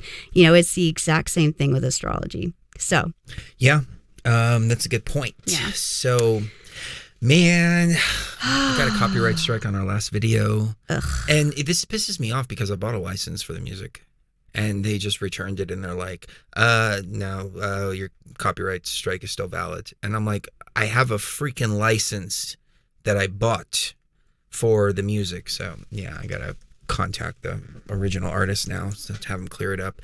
It's these third-party publishing companies that artists will go and put their music on third-party publishing companies, and then you have to contact the artist directly. Anyways, that's neither here nor there. But I agree with you on the astrology factor. There is something to it. And why is astrology so evil? I don't. Well, it even says in the Bible it's forbidden. When the Christians come into the chat, I used to just let everybody in the chat, but I found out that they were bothering the chatters, and it's one thing to come in and talk about your views, but we don't go to the Christian channels and troll you and troll them. We don't. They only come and troll us. So I just started just blocking them immediately. But what I did for a little while, which is kind of funny, I used to say, yeah, we don't talk about that New Age hate speech over here. What are you talking about? New Age hate speech? I'm talking about the Bible. Yeah, I'm talking about the Bible too. That's New Age hate speech. New Age hate speech. None of that hate. The Bible's about love. No, it's not. It's about genocide. It's about this and that and blah, blah, blah. It's about rape. Just completely turn it around and throw it back at them. Oh my God. Yep. But it's true. It's true. Yep, exactly. So I think that's it. I know Mrs. Gio wanted to go a little bit early. Is there anything else you wanted to get into? Not really. It's I agree with your last comment. I think if you're running scripts, then you can't really trust your own judgment at that point, because it's going to lead you down a path where you don't have any faith whatsoever in yourself. There's a pastor who the video circulated quite a bit, so I think people might be familiar with what I'm talking about. And I would play it, and I would do commentary on it, which is considered fair use, but the way copyright stuff is handled, it's just going to cause problems. So I'll just describe it to you. The pastor's talking, and he's saying, when I was in high school, there was this kid, and he just wasn't right with Jesus. And I said, when are you going to get right with Jesus? And we got into a confrontation, and I punched him as hard as I could. And everybody's like, whoa, hold on, you're punching people? And he's like, I punched him to bring him back to Jesus. And this guy's a pastor. He was preaching to a congregation. You don't punch kids, first and foremost. Second of all, you don't punch kids to make them believe what you believe. It's just not, going to make anybody believe. I mean, realistically, I don't think anybody believes religion. No. Let me tell you why. Because religion tells you that if you don't believe, then you're going to go to hell. So people pretend to believe to avoid the consequence of hell, which is what they've been brainwashed to think.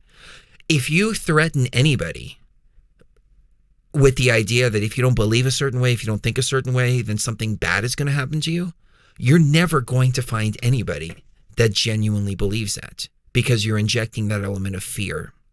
That's why I've come to realize that the truth is hidden. It's hidden for a reason, because the truth seeker must seek it out. I used to think the Illuminati was hiding the truth and, all this stuff, but I realized, no, the truth is hidden because you have to seek it out. Because if it's forced upon you, it's meaningless, and it no longer is the truth. Yep, exactly. One more thing. Somebody said, what's the oldest text that Yaldabaoth is mentioned? And I said, well, probably something from the Nag Hammadi, but that's all that we know of, because people don't realize that when the Library of Alexandria was burned down, we had tons and tons of knowledge about spirituality, about the matrix, about what this reality really is, that burned along with it. And so all we have left is little tiny bits and pieces that we try to kind of throw together and make sense out of, but we lost a great deal of knowledge. How do we even know? I'm just, just thinking outside the box here. How do we even know that these stories were meant to be taken as fact? Literal? Yeah. I mean, what if you came across a script for Frozen, 1,000 years from now, and they were like, oh yeah, they believed in this Elsa, and there was an ice age back then, and when she would get mad, she would make all the ice, I've never seen it, so I don't know. I'm just trying to, think of different bits that that I know of. But how do we know that we just didn't come across a fairy tale that somebody happened to write down, and we think it's like spiritual fact? We don't ask these questions. Why not? Because I think most people are of the mindset that we're not in a cyclical universe where... I mean, look, you have all these different gospels. Let's put it like this, too. You have Matthew, Mark, Luke, and John just in the Bible. Then you have a bunch of other gospels. We talk about raw consciousness. We talk about NPCs. We talk about all this. There's many others that have taken our information and completely rewritten it to make it sound like it's their information. Plenty. It's been going on from the very, very, very beginning. Even slapping it on t-shirts and doing stuff like that. So what's to say that Mark didn't write a gospel and say, hey, this is a really cool book here, all right? And then Matthew was like, hey, I'm going to steal that idea and I'm going to rewrite it. No, I'm the author of this. And then they all were like just stealing like the same story from one another. But really the story was just like a screenplay, the equivalent of a screenplay about a character that they created named Jesus. That was based on other texts that Moses and all of them Isn't that what's his name believes?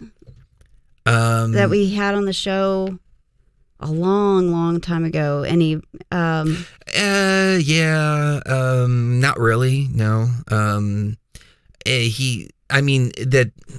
the theory is that the Romans created the Jesus story in order to keep the populations under control. Well, yeah, but that they took the way they got that story is from how Flavius and from several others, and took attributes from different for Josephus, from different authors. Yeah, and kind of about different rebels. Amalgamation of Jesus, and right. Created the Jesus character.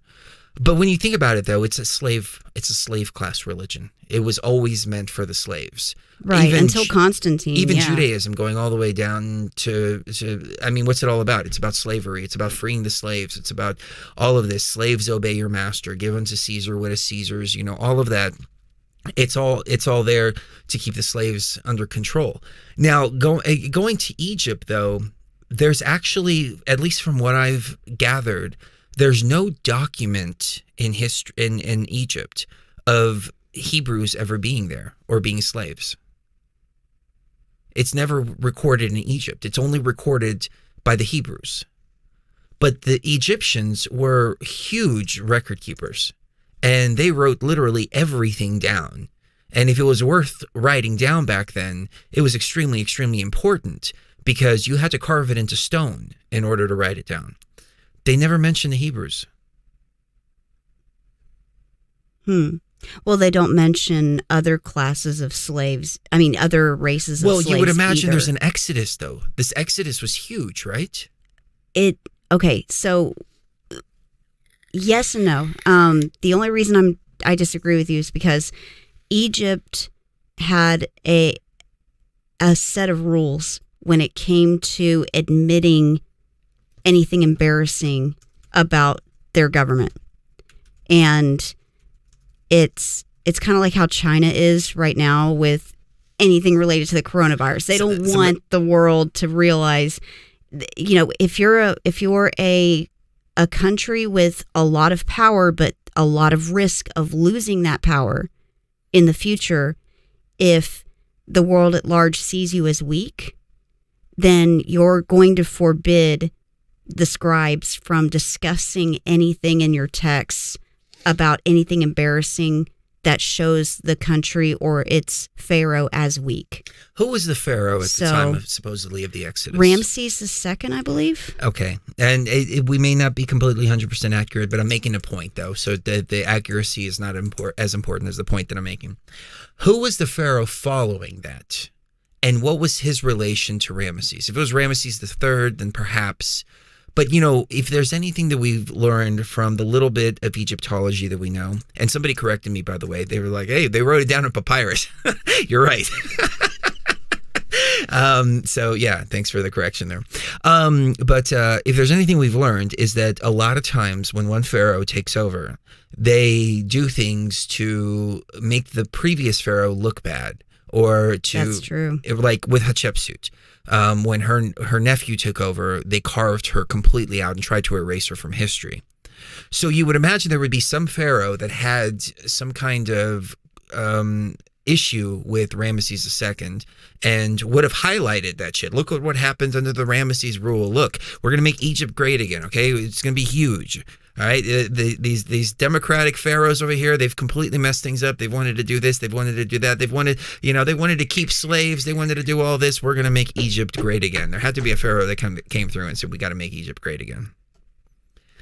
So you would imagine that they would talk about it. Maybe not, though. Maybe I'm just trying to justify it not being there, but it's not there, though. Ramses II had a son named Merneptah, Merneptah,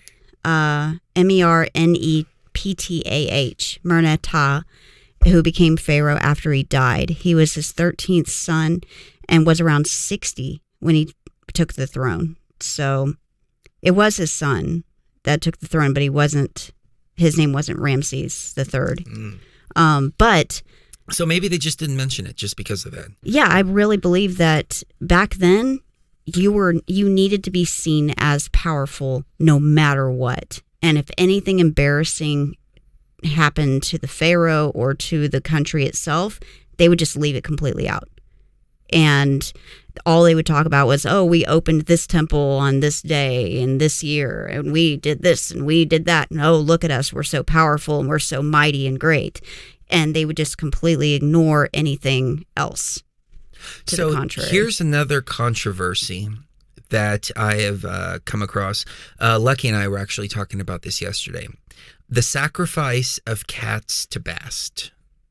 Have you heard of this? Because when she said something about it, I was like, no, that doesn't sound like a practice the Egyptians would do. No. I do know that at some point, when they would have like a serpent problem or a rat problem or something, they would release a bunch of cats, and then there would be the necessity to quell the population of cats. But they did find in Bast's temple thousands supposedly of mummified cats. But the question is, were they mummified and then buried, or were they killed and mummified? They actually, no, I remember reading about this when we were in Egypt because it was interesting. And I was like, oh, that's neat. There were mummifiers that only did animals. They did dogs and cats. Like taxidermy. And they were like taxidermists, except it was a sacred ritual. And when somebody's pet would die, they would actually take them to the taxidermist, in this case, who would do the sacred rites just as if a person had died, and they would mummify the body, and they would place that body of the cat or dog inside of the burial tomb where that person was going to be buried when they eventually died. And so when the owner would eventually die and they were mummified and put inside of their tomb, their dog and their cat, or dozens of dogs and cats at that point, were already there mummified, waiting for them on the other side, so that when they entered the afterlife, they were right there. There was conflicting information that we were coming across. And Lucky says, just for the record, I'm against killing anything. It's horrible. I agree with you. We weren't saying that at all. We're just talking about the conversation we had about the possibility that they were doing animal sacrifices. Think they ever. Well, let me say this. We found, especially. as we were talking, we found conflicting information because in one historical account, they were saying, or supposed historical account, they were saying that there were merchants who would sell kittens for the purpose of being sacrificed to Bast. And that created an upheaval and an uproar within society when those merchants came in. The other account that we found is when a Roman went to Egypt and killed a cat, and the whole town basically lynched him for defiling one of Bastet's cats. So, again, conflicting stories. I know that the religious people, they like to say that there was sacrifice in Babylon and in Egypt as well. And really, this was one of the things that got me looking in these directions, because especially with the Divine Feminine, it was one of the parts of the Divine Feminine realization when I was listening to a show and they were talking about how the worshippers of Ishtar, it was around Easter time. And first of all, they said Ishtar comes from Easter. Well, at the time, it seemed legitimate. It seemed legit, yeah. And what they would do is the worshippers of Ishtar, the priestesses, would have babies. They would be impregnated on the altar, and then they would kill the altar. They would kill the children who were born the next year and sacrifice them on the altar to Ishtar during Easter. And that the red eggs, because the Easter egg traditions actually come from red. If you go to the Orthodox religions, like Greek Orthodox, for example, they only paint the Easter eggs red. They don't paint them multiple colors. Multiple colors came from a different tradition. And I'll explain where the multiple colors came from as well. But that Ishtar supposedly came down in a spaceship, and it was an egg-shaped UFO. And when I heard this, I thought, okay, what source is this? And it was some rabbi that they were citing on this. And I was like, all right, this is absolutely absurd. It was when I was first unlocking the Divine Feminine aspect of myself and interacting with Isis and other Divine Feminine figures within my ayahuasca journeys. And I would even go so far as to say that the show that they were doing was kind of in contrast to the show that we had done, which was talking about the Divine Feminine. So, it was, and they were a very Christian-based show as well. So after doing some research, I find out that no, Ishtar does not come from Easter. Easter is not Ishtar. That was actually some propaganda that Richard Dawkins, the atheist, the Richard Dawkins Foundation put out. And the Christians kind of cling on to that to attack the quote unquote pagans. During this research, I found out that the word pagan in and of itself is not a religion, but rather it's a derogatory term that was made up by the Christians to call anybody that's a non-believer in Christianity, which is key in my opinion, because in the loose definition of the word, Islam would be considered paganism. And Judaism would be considered paganism as well, even though Judaism is the foundation, supposedly, of Christianity. But under the strictest definition of the word, I just said loosely earlier, under the strictest definition of the word, it would be considered a pagan religion. So, come to find out, we came across the story of Ostara, and Ostara is actually pronounced Easter. In the proper way, or Ostara, E-O-S-T-R-E, I think is the way that it was spelled. And Ostara's tradition was one of a feminine tradition that existed right around the same time as the Council of Nicaea, which was 300 AD, when they were putting together the books of the Bible and demonizing anything that was non-Christian, or even within the Christian church itself, they were demonizing the feminine. So that, like the Gospel of Mary, for example, was taken out and considered heresy.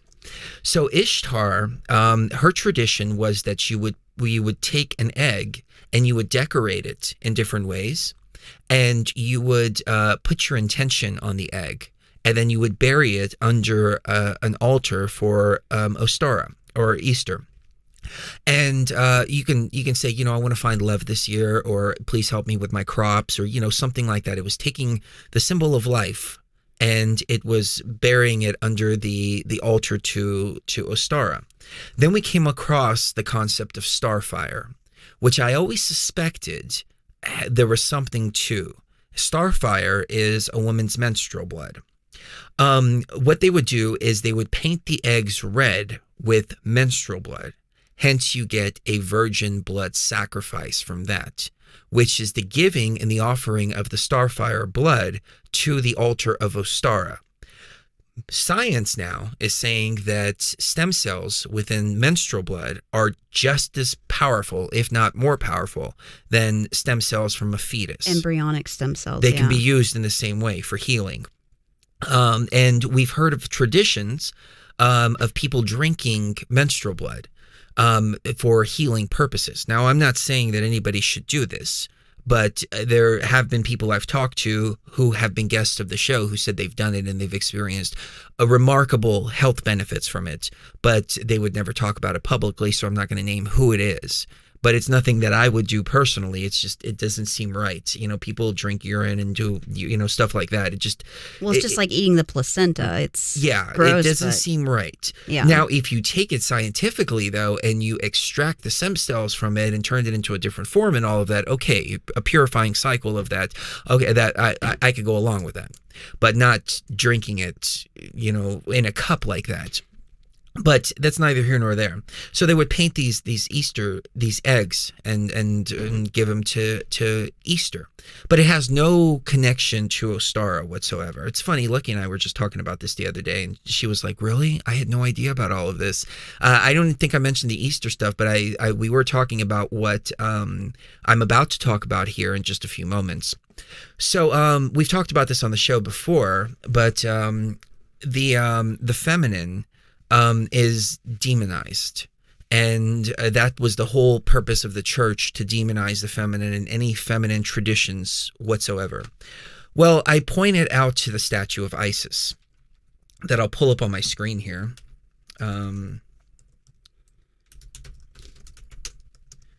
So I pointed to the statue of Isis and I said, what do you see when you look at that? Hold on, let me get this out here. Lucky and I have some really, really deep conversations sometimes. So I pointed out, I said, well, what do you see here? And she says, well, I see, the spreading of the wings. I see that they took the crucifix from this motif here, even the raised leg, the open arms and everything like that, and flipped it around. And that's true. I mean, they took the feminine symbol and they flipped it around into a symbol of death. But I said, look closer, what do you see? And she couldn't see it at first, but once I said it, she suddenly saw it. what we're looking at here is the vagina. It's the labia, the clitoris, and the opening of the vagina that symbolizes the life coming out. It's supposed to be a symbol of life. And they reversed it and they turned it into a symbol of death with the crucifix. And so they were removing all of this from the Bible. I'll just show you here, crucifix. I'm sure everybody's familiar with the crucifix, but we'll just, compare and contrast here.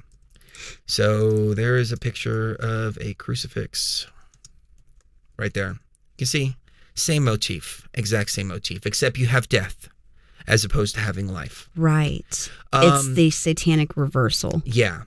So you go to Ishtar, the picture of Ishtar, and you take a look at the picture, right? What does she have? She has the talons, she has the wings, she has the headdress, and it's the same motif over and over and over again, and just in different cultures, all representing the mother, all representing the life. So what do? They take the feminine motif, and I'm looking for a picture that's older than the Rider Tarot because the Rider is a little bit different. They take the motif of the mother. Here's a good one here. This is actually the same one I showed Lucky. This isn't an older depiction, but it's one that's pretty close to the concept that I'm talking about here. They take the motif of the mother, and what do? Horns, talons on the feet. They put a phallus there, and they turn her into an ugly hermaphrodite. And they call that the devil. And we've heard of these different stories of the devil being depicted with wings, with horns. And going back to the Isis statue, which I should have kept on my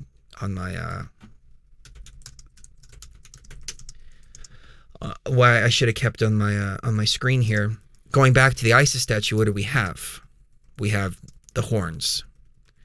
Going back to Ishtar, what do we have? We have the talon feet.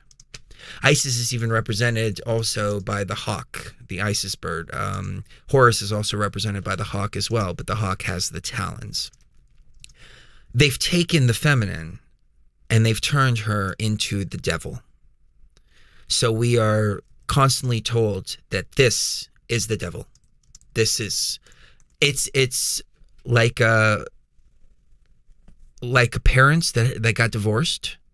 And it's metaphoric because they were never together, but it's like parents that got divorced. The father takes away the child and tells the child that the mother is the devil, the mother's evil, the mother's all kinds of stuff like that.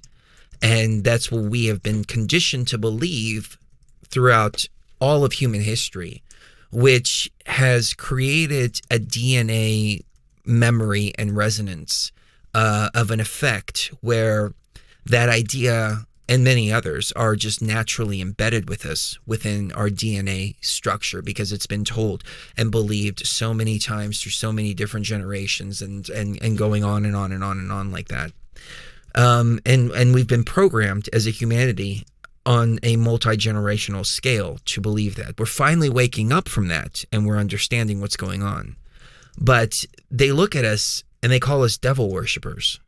And then they point to her and say, well, that's the devil right there. It's disgusting. It really is. And yet, when you're raised as a Christian girl, you're expected, to wear a little cross around your neck or a little cross around your ankle, or something like that. And that's literally a torture device, and it completely is the backwards or upside down version of what you should be yourself that you're told you have to cling to. Mm-hmm. Can I interrupt for just a moment? Please. Can you let our little goddesses in? Yes. Can you hear them? Yes, I can. Yeah. They're like, hey, you're talking about the mother. What's going on here? Why are we in here with you? So, here they come. But yeah, this is what's been going on, and everything has been reversed. And I've realized that it's been reversed. Up is down, left is right. And I mean, if I can even be so bold as to say, and I'm not promoting this, I'm not promoting any isms whatsoever. But I remember as a child, I would pass by the bookstore, and I would see the Satanic Bible, and I would look and like this with horror at that book, and I would just like creep by it, and I would get this chill running up my spine. And it wasn't until I understood that Satan only exists within the Christian and religious construct that I was able to read it as a book instead of as this evil, thing. And because I was like, I want to see what's in here. It was there's a few things I didn't agree with, but I started looking at the tenets of Satanism. And it's like, don't harm children. Don't mess with people. Be loving to everybody. Don't kill animals unless it's for food. I was like, wait a minute. This is the complete opposite of what I was told that this is. And I read the Bible. And the Bible says, kill animals. Women are slaves. Women are a commodity. Keep slaves. All of that. And I realized, wow, up is down, left is right, even more than I ever believed it to be. And this came up in conversation with Lucky again, too. She said, Satanists don't believe in Satan. And I was like, yeah, I know. They think it's a fictional character. And she's like, well, who believes in Satan? I said, the Christians believe in the devil. And she's like, I know. Only the Christians believe in the devil. It's because there is no devil. There is our mother that we've been told is the devil. And that's it. Reading it energetically, though, it's the opposite. The devil is telling us that the mother is the devil. Mm-hmm. And we've been tricked into it on a mass scale. And again, these are all concepts of consciousness. These are all concepts of what's right here, the left and the right brain. You can even call it that, the feminine and masculine element of the brain. I'm not saying these entities are out there or exist or anything like that. They're elements of ourselves that we've lost and that we've been told to fear and that we've been told to stay away from. It's evil, it's evil, it's evil, it's evil. I don't think balance is evil at all. I don't think so either. And I think a lot of it has to do with okay, well, hold on. Okay, so Ramon said, do as thou wilt. And that's a common quote that's circulated. But it says, do as thou wilt shall be the whole of the law. Love under will. Mm-hmm. They don't add the rest of it. Right. But I would go so far as to say that quote is incomplete. Because my completion of that quote would be, do as thou wilt and harm none. And harm none, yeah. That's the balance right there. Yeah, I agree. And I think we even have it wrong if we try to say a deity that is the devil is saying that that the mother is a devil. That's even a misnomer. What it is the shadow part of ourselves is the devil, and it has been what has kind of twisted things around and made the mother into the devil. Because there, like you said, there is no devil. Well, so where did this idea come from? It came from the shadow self. It came from the dark side. It came from an unhealthy darkness that's inside of everybody, but is usually held in balance by the mother aspect, by the feminine aspect. And that's what created this false dichotomy, and that's what's created this false generalization about women in general. So, I think I can't find Bastet. So, well, again, okay, so we take it to a women perspective, and I know it's so easy to take it there because we have a physical representation. We have male and female, but it's a consciousness thing. I know. I said feminine. Oh, sorry. Yeah, that's what I meant. Is the feminine aspect of ourselves has been twisted into the bad thing. Oh, that's bad. That's bad. That's bad. When it's the opposite. That's the shadow part of ourselves that's twisted that around and made bad into good and good into bad. Well, and they've also tried to condition us to believe that masculinity and femininity are things that are the opposite of what they are. Maybe not the opposite. That's not a.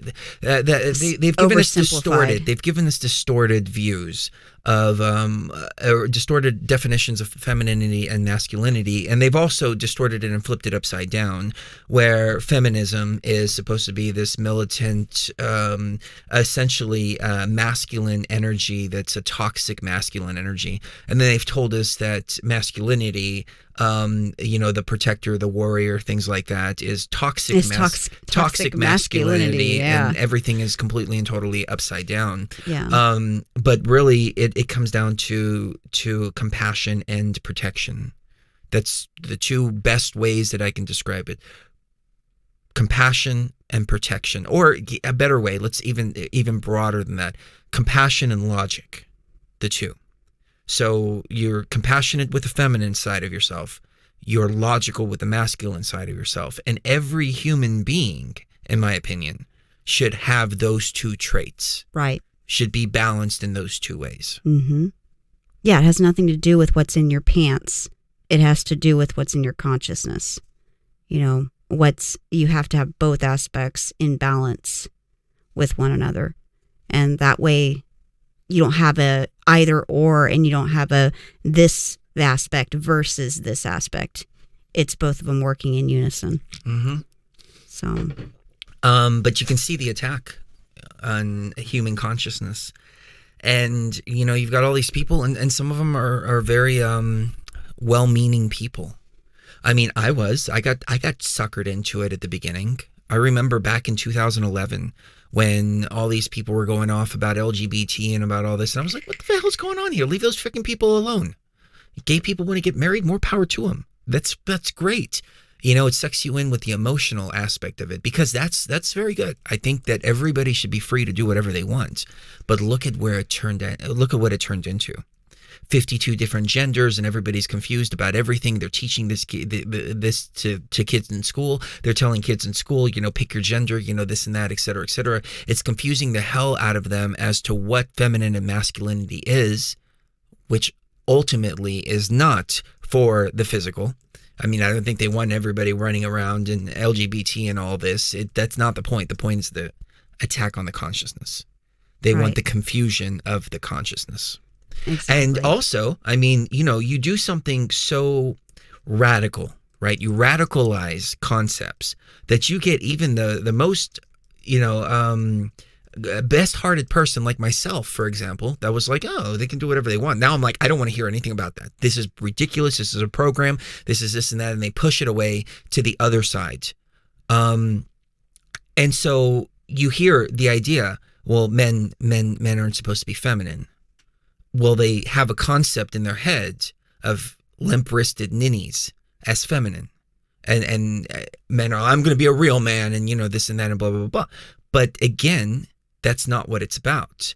It's about the consciousness. It's about the compassion. It's about the love. It's about the logic as well. So now you have both sides of the sexes.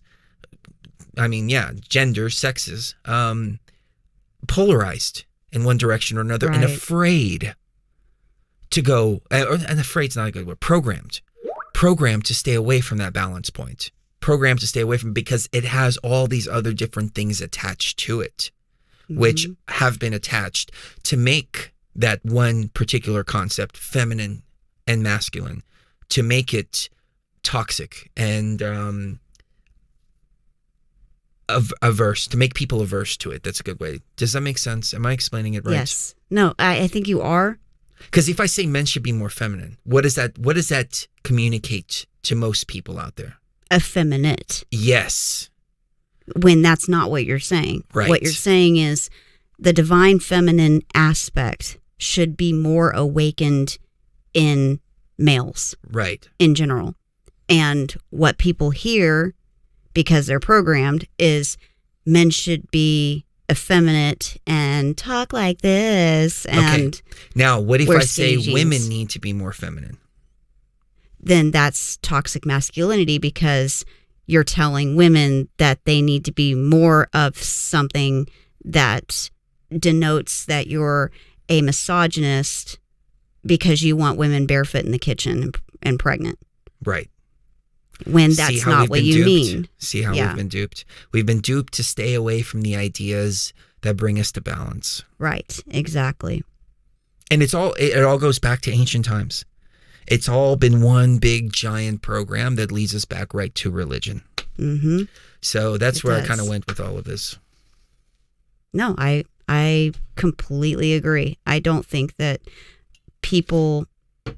I still think a lot of people aren't getting it, and they're not getting the difference between these aspects and consciousness versus the gender and gender roles, because they are two completely different things.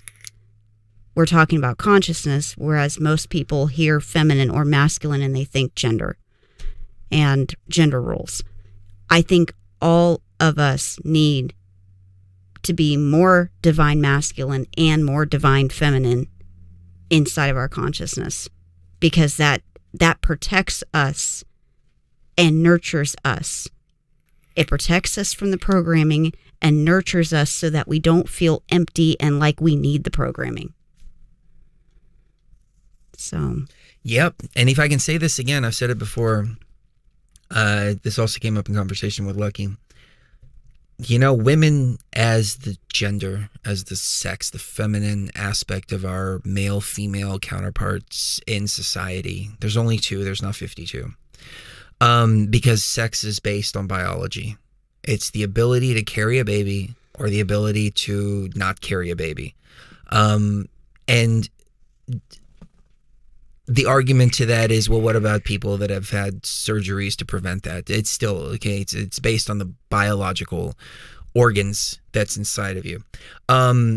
Gender is fluid. Gender is it's a cultural idea. So sure, that's fine. And like, you know, I've always been respectful to people, and I'll call them whatever they want. I'm not going to make somebody feel uncomfortable. And I'm going to show respect to my fellow human beings. But sex, male and female. The fact of the matter is that females, the ones that carry the babies, are responsible for the entire world, the entire generation, because every single person comes from a woman. It doesn't matter whether you're male or female or any of the 52 genders, you come from a woman. You come from a uterus. You come from a vagina. That's why the symbols are all over the place of the life, which is like right behind you, the life. And so women have a very, very, very important role that they're trying to condition out of them, which is to be the loving, caring, nurturing. Because if they're not loving and caring and nurturing, then you get a whole generation that is like the generation that we see now, which is completely out of whack and out of touch with literally and everything. And they're so emotionally charged that if their emotions are going in one direction or another, they can be manipulated just like that. All I have to do is say one word that starts with T, and they just get triggered completely. But it's the simple fact that men will never, ever, ever have a connection to that child like a woman does, because the woman carries the child. So these ideas that I'm talking about here, people have been conditioned to say that's sexist, that you think a woman should take care of the child. Well, she's the one that's carrying it. She's the one that's connected to it. She will always be connected to it. That child can be a million light years away, and that woman will still have that connection to it. We have to remember that. So we talk about gender roles. We talk about all these stupid ideas that we've been programmed into believing, but it's like that for a reason. It's a sacred thing. it's a power thing. It's a powerful thing. It's a powerful thing to bear another human being inside of you. It's a powerful thing to be connected so much to another human being, and it's great responsibility as well, to be responsible for an entire generation. So that's why the women were always revered, and the men stood in front of the women, because the men stand in front and protect, the women stand in the back and support. That's the way that it's always been.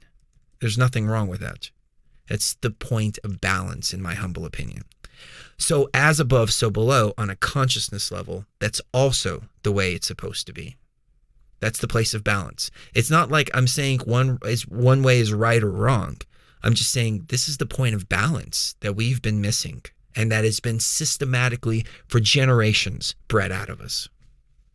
Well, and I think men have gone through the same kind of process, except the opposite, where men are programmed, regardless of whether they grew up in a home that's liberal or conservative. They are programmed from birth now to believe that if they are the least bit, it's either one or the other. If they're the least bit effeminate, if they have any kind of feminine, nurturing, or any of the things that you attribute to a female, like a nurturer or, anything like that, that they're gay or that they're trans or that they, are, a pussy boy or whatever. And if they don't want to be that, then they have to completely throw away any nurturing at all. They have to completely throw all that out the window and be this. There's a fine line between strong protector type and being a macho man asshole, and they have to either be one or the other, when that's not the case at all. That's true. I feel like we're going on too much about the topic. I do want to say this, leading it back to simulated reality. If there's anything that I'm starting to understand, is that the only way out is balance of the matrix and balance of the self. If you know yourself, if you're balanced and the matrix is balanced, then the door opens. And that's why I think there's been such a push to keep everything off balance. And it's not only the matrix that's off balance, but it's consciousness that's off balance. So the way out is balance. It's like a seesaw point, and when it gets to that center, you can get out. But it's only when it's at that center point that the door opens. Because there was a movie called Cube. I don't know if you remember that movie. They were stuck in this cube, and it was all these different rooms, and they were crawling through all these different rooms, and the rooms were moving around and everything like that. There was only one point in that whole thing where the doors to freedom opened up, and that was when the room was balanced. And what they were doing throughout the whole thing is they were running around through all these different traps and all these different obstacles and all this and all these different rooms. And the door opened in the original room that they were sitting in, because they wound up in the original room. It was just a matter of the whole thing shifting back to a point of balance. So metaphorically, that's like what this matrix is. It's all shifting out of control. And the only thing we can do is, now I understand what Toth meant when he said, I don't remember, I'm paraphrasing the first part, but it's something like you'll find your way out when you find the silence and stillness of the oneness of all. Okay. The silence and stillness of the oneness of all. So I was just going to follow up what I was saying, with it's so important to be balanced between the two aspects in your consciousness, because otherwise you're at war with yourself, constantly at war with yourself. Oh, that's really good. If you have that balance, like Chris said, you can open that door, but only when it's balanced. That's pretty good. So. And you know what I found is that the closer to balance that I get, the less important all of this becomes.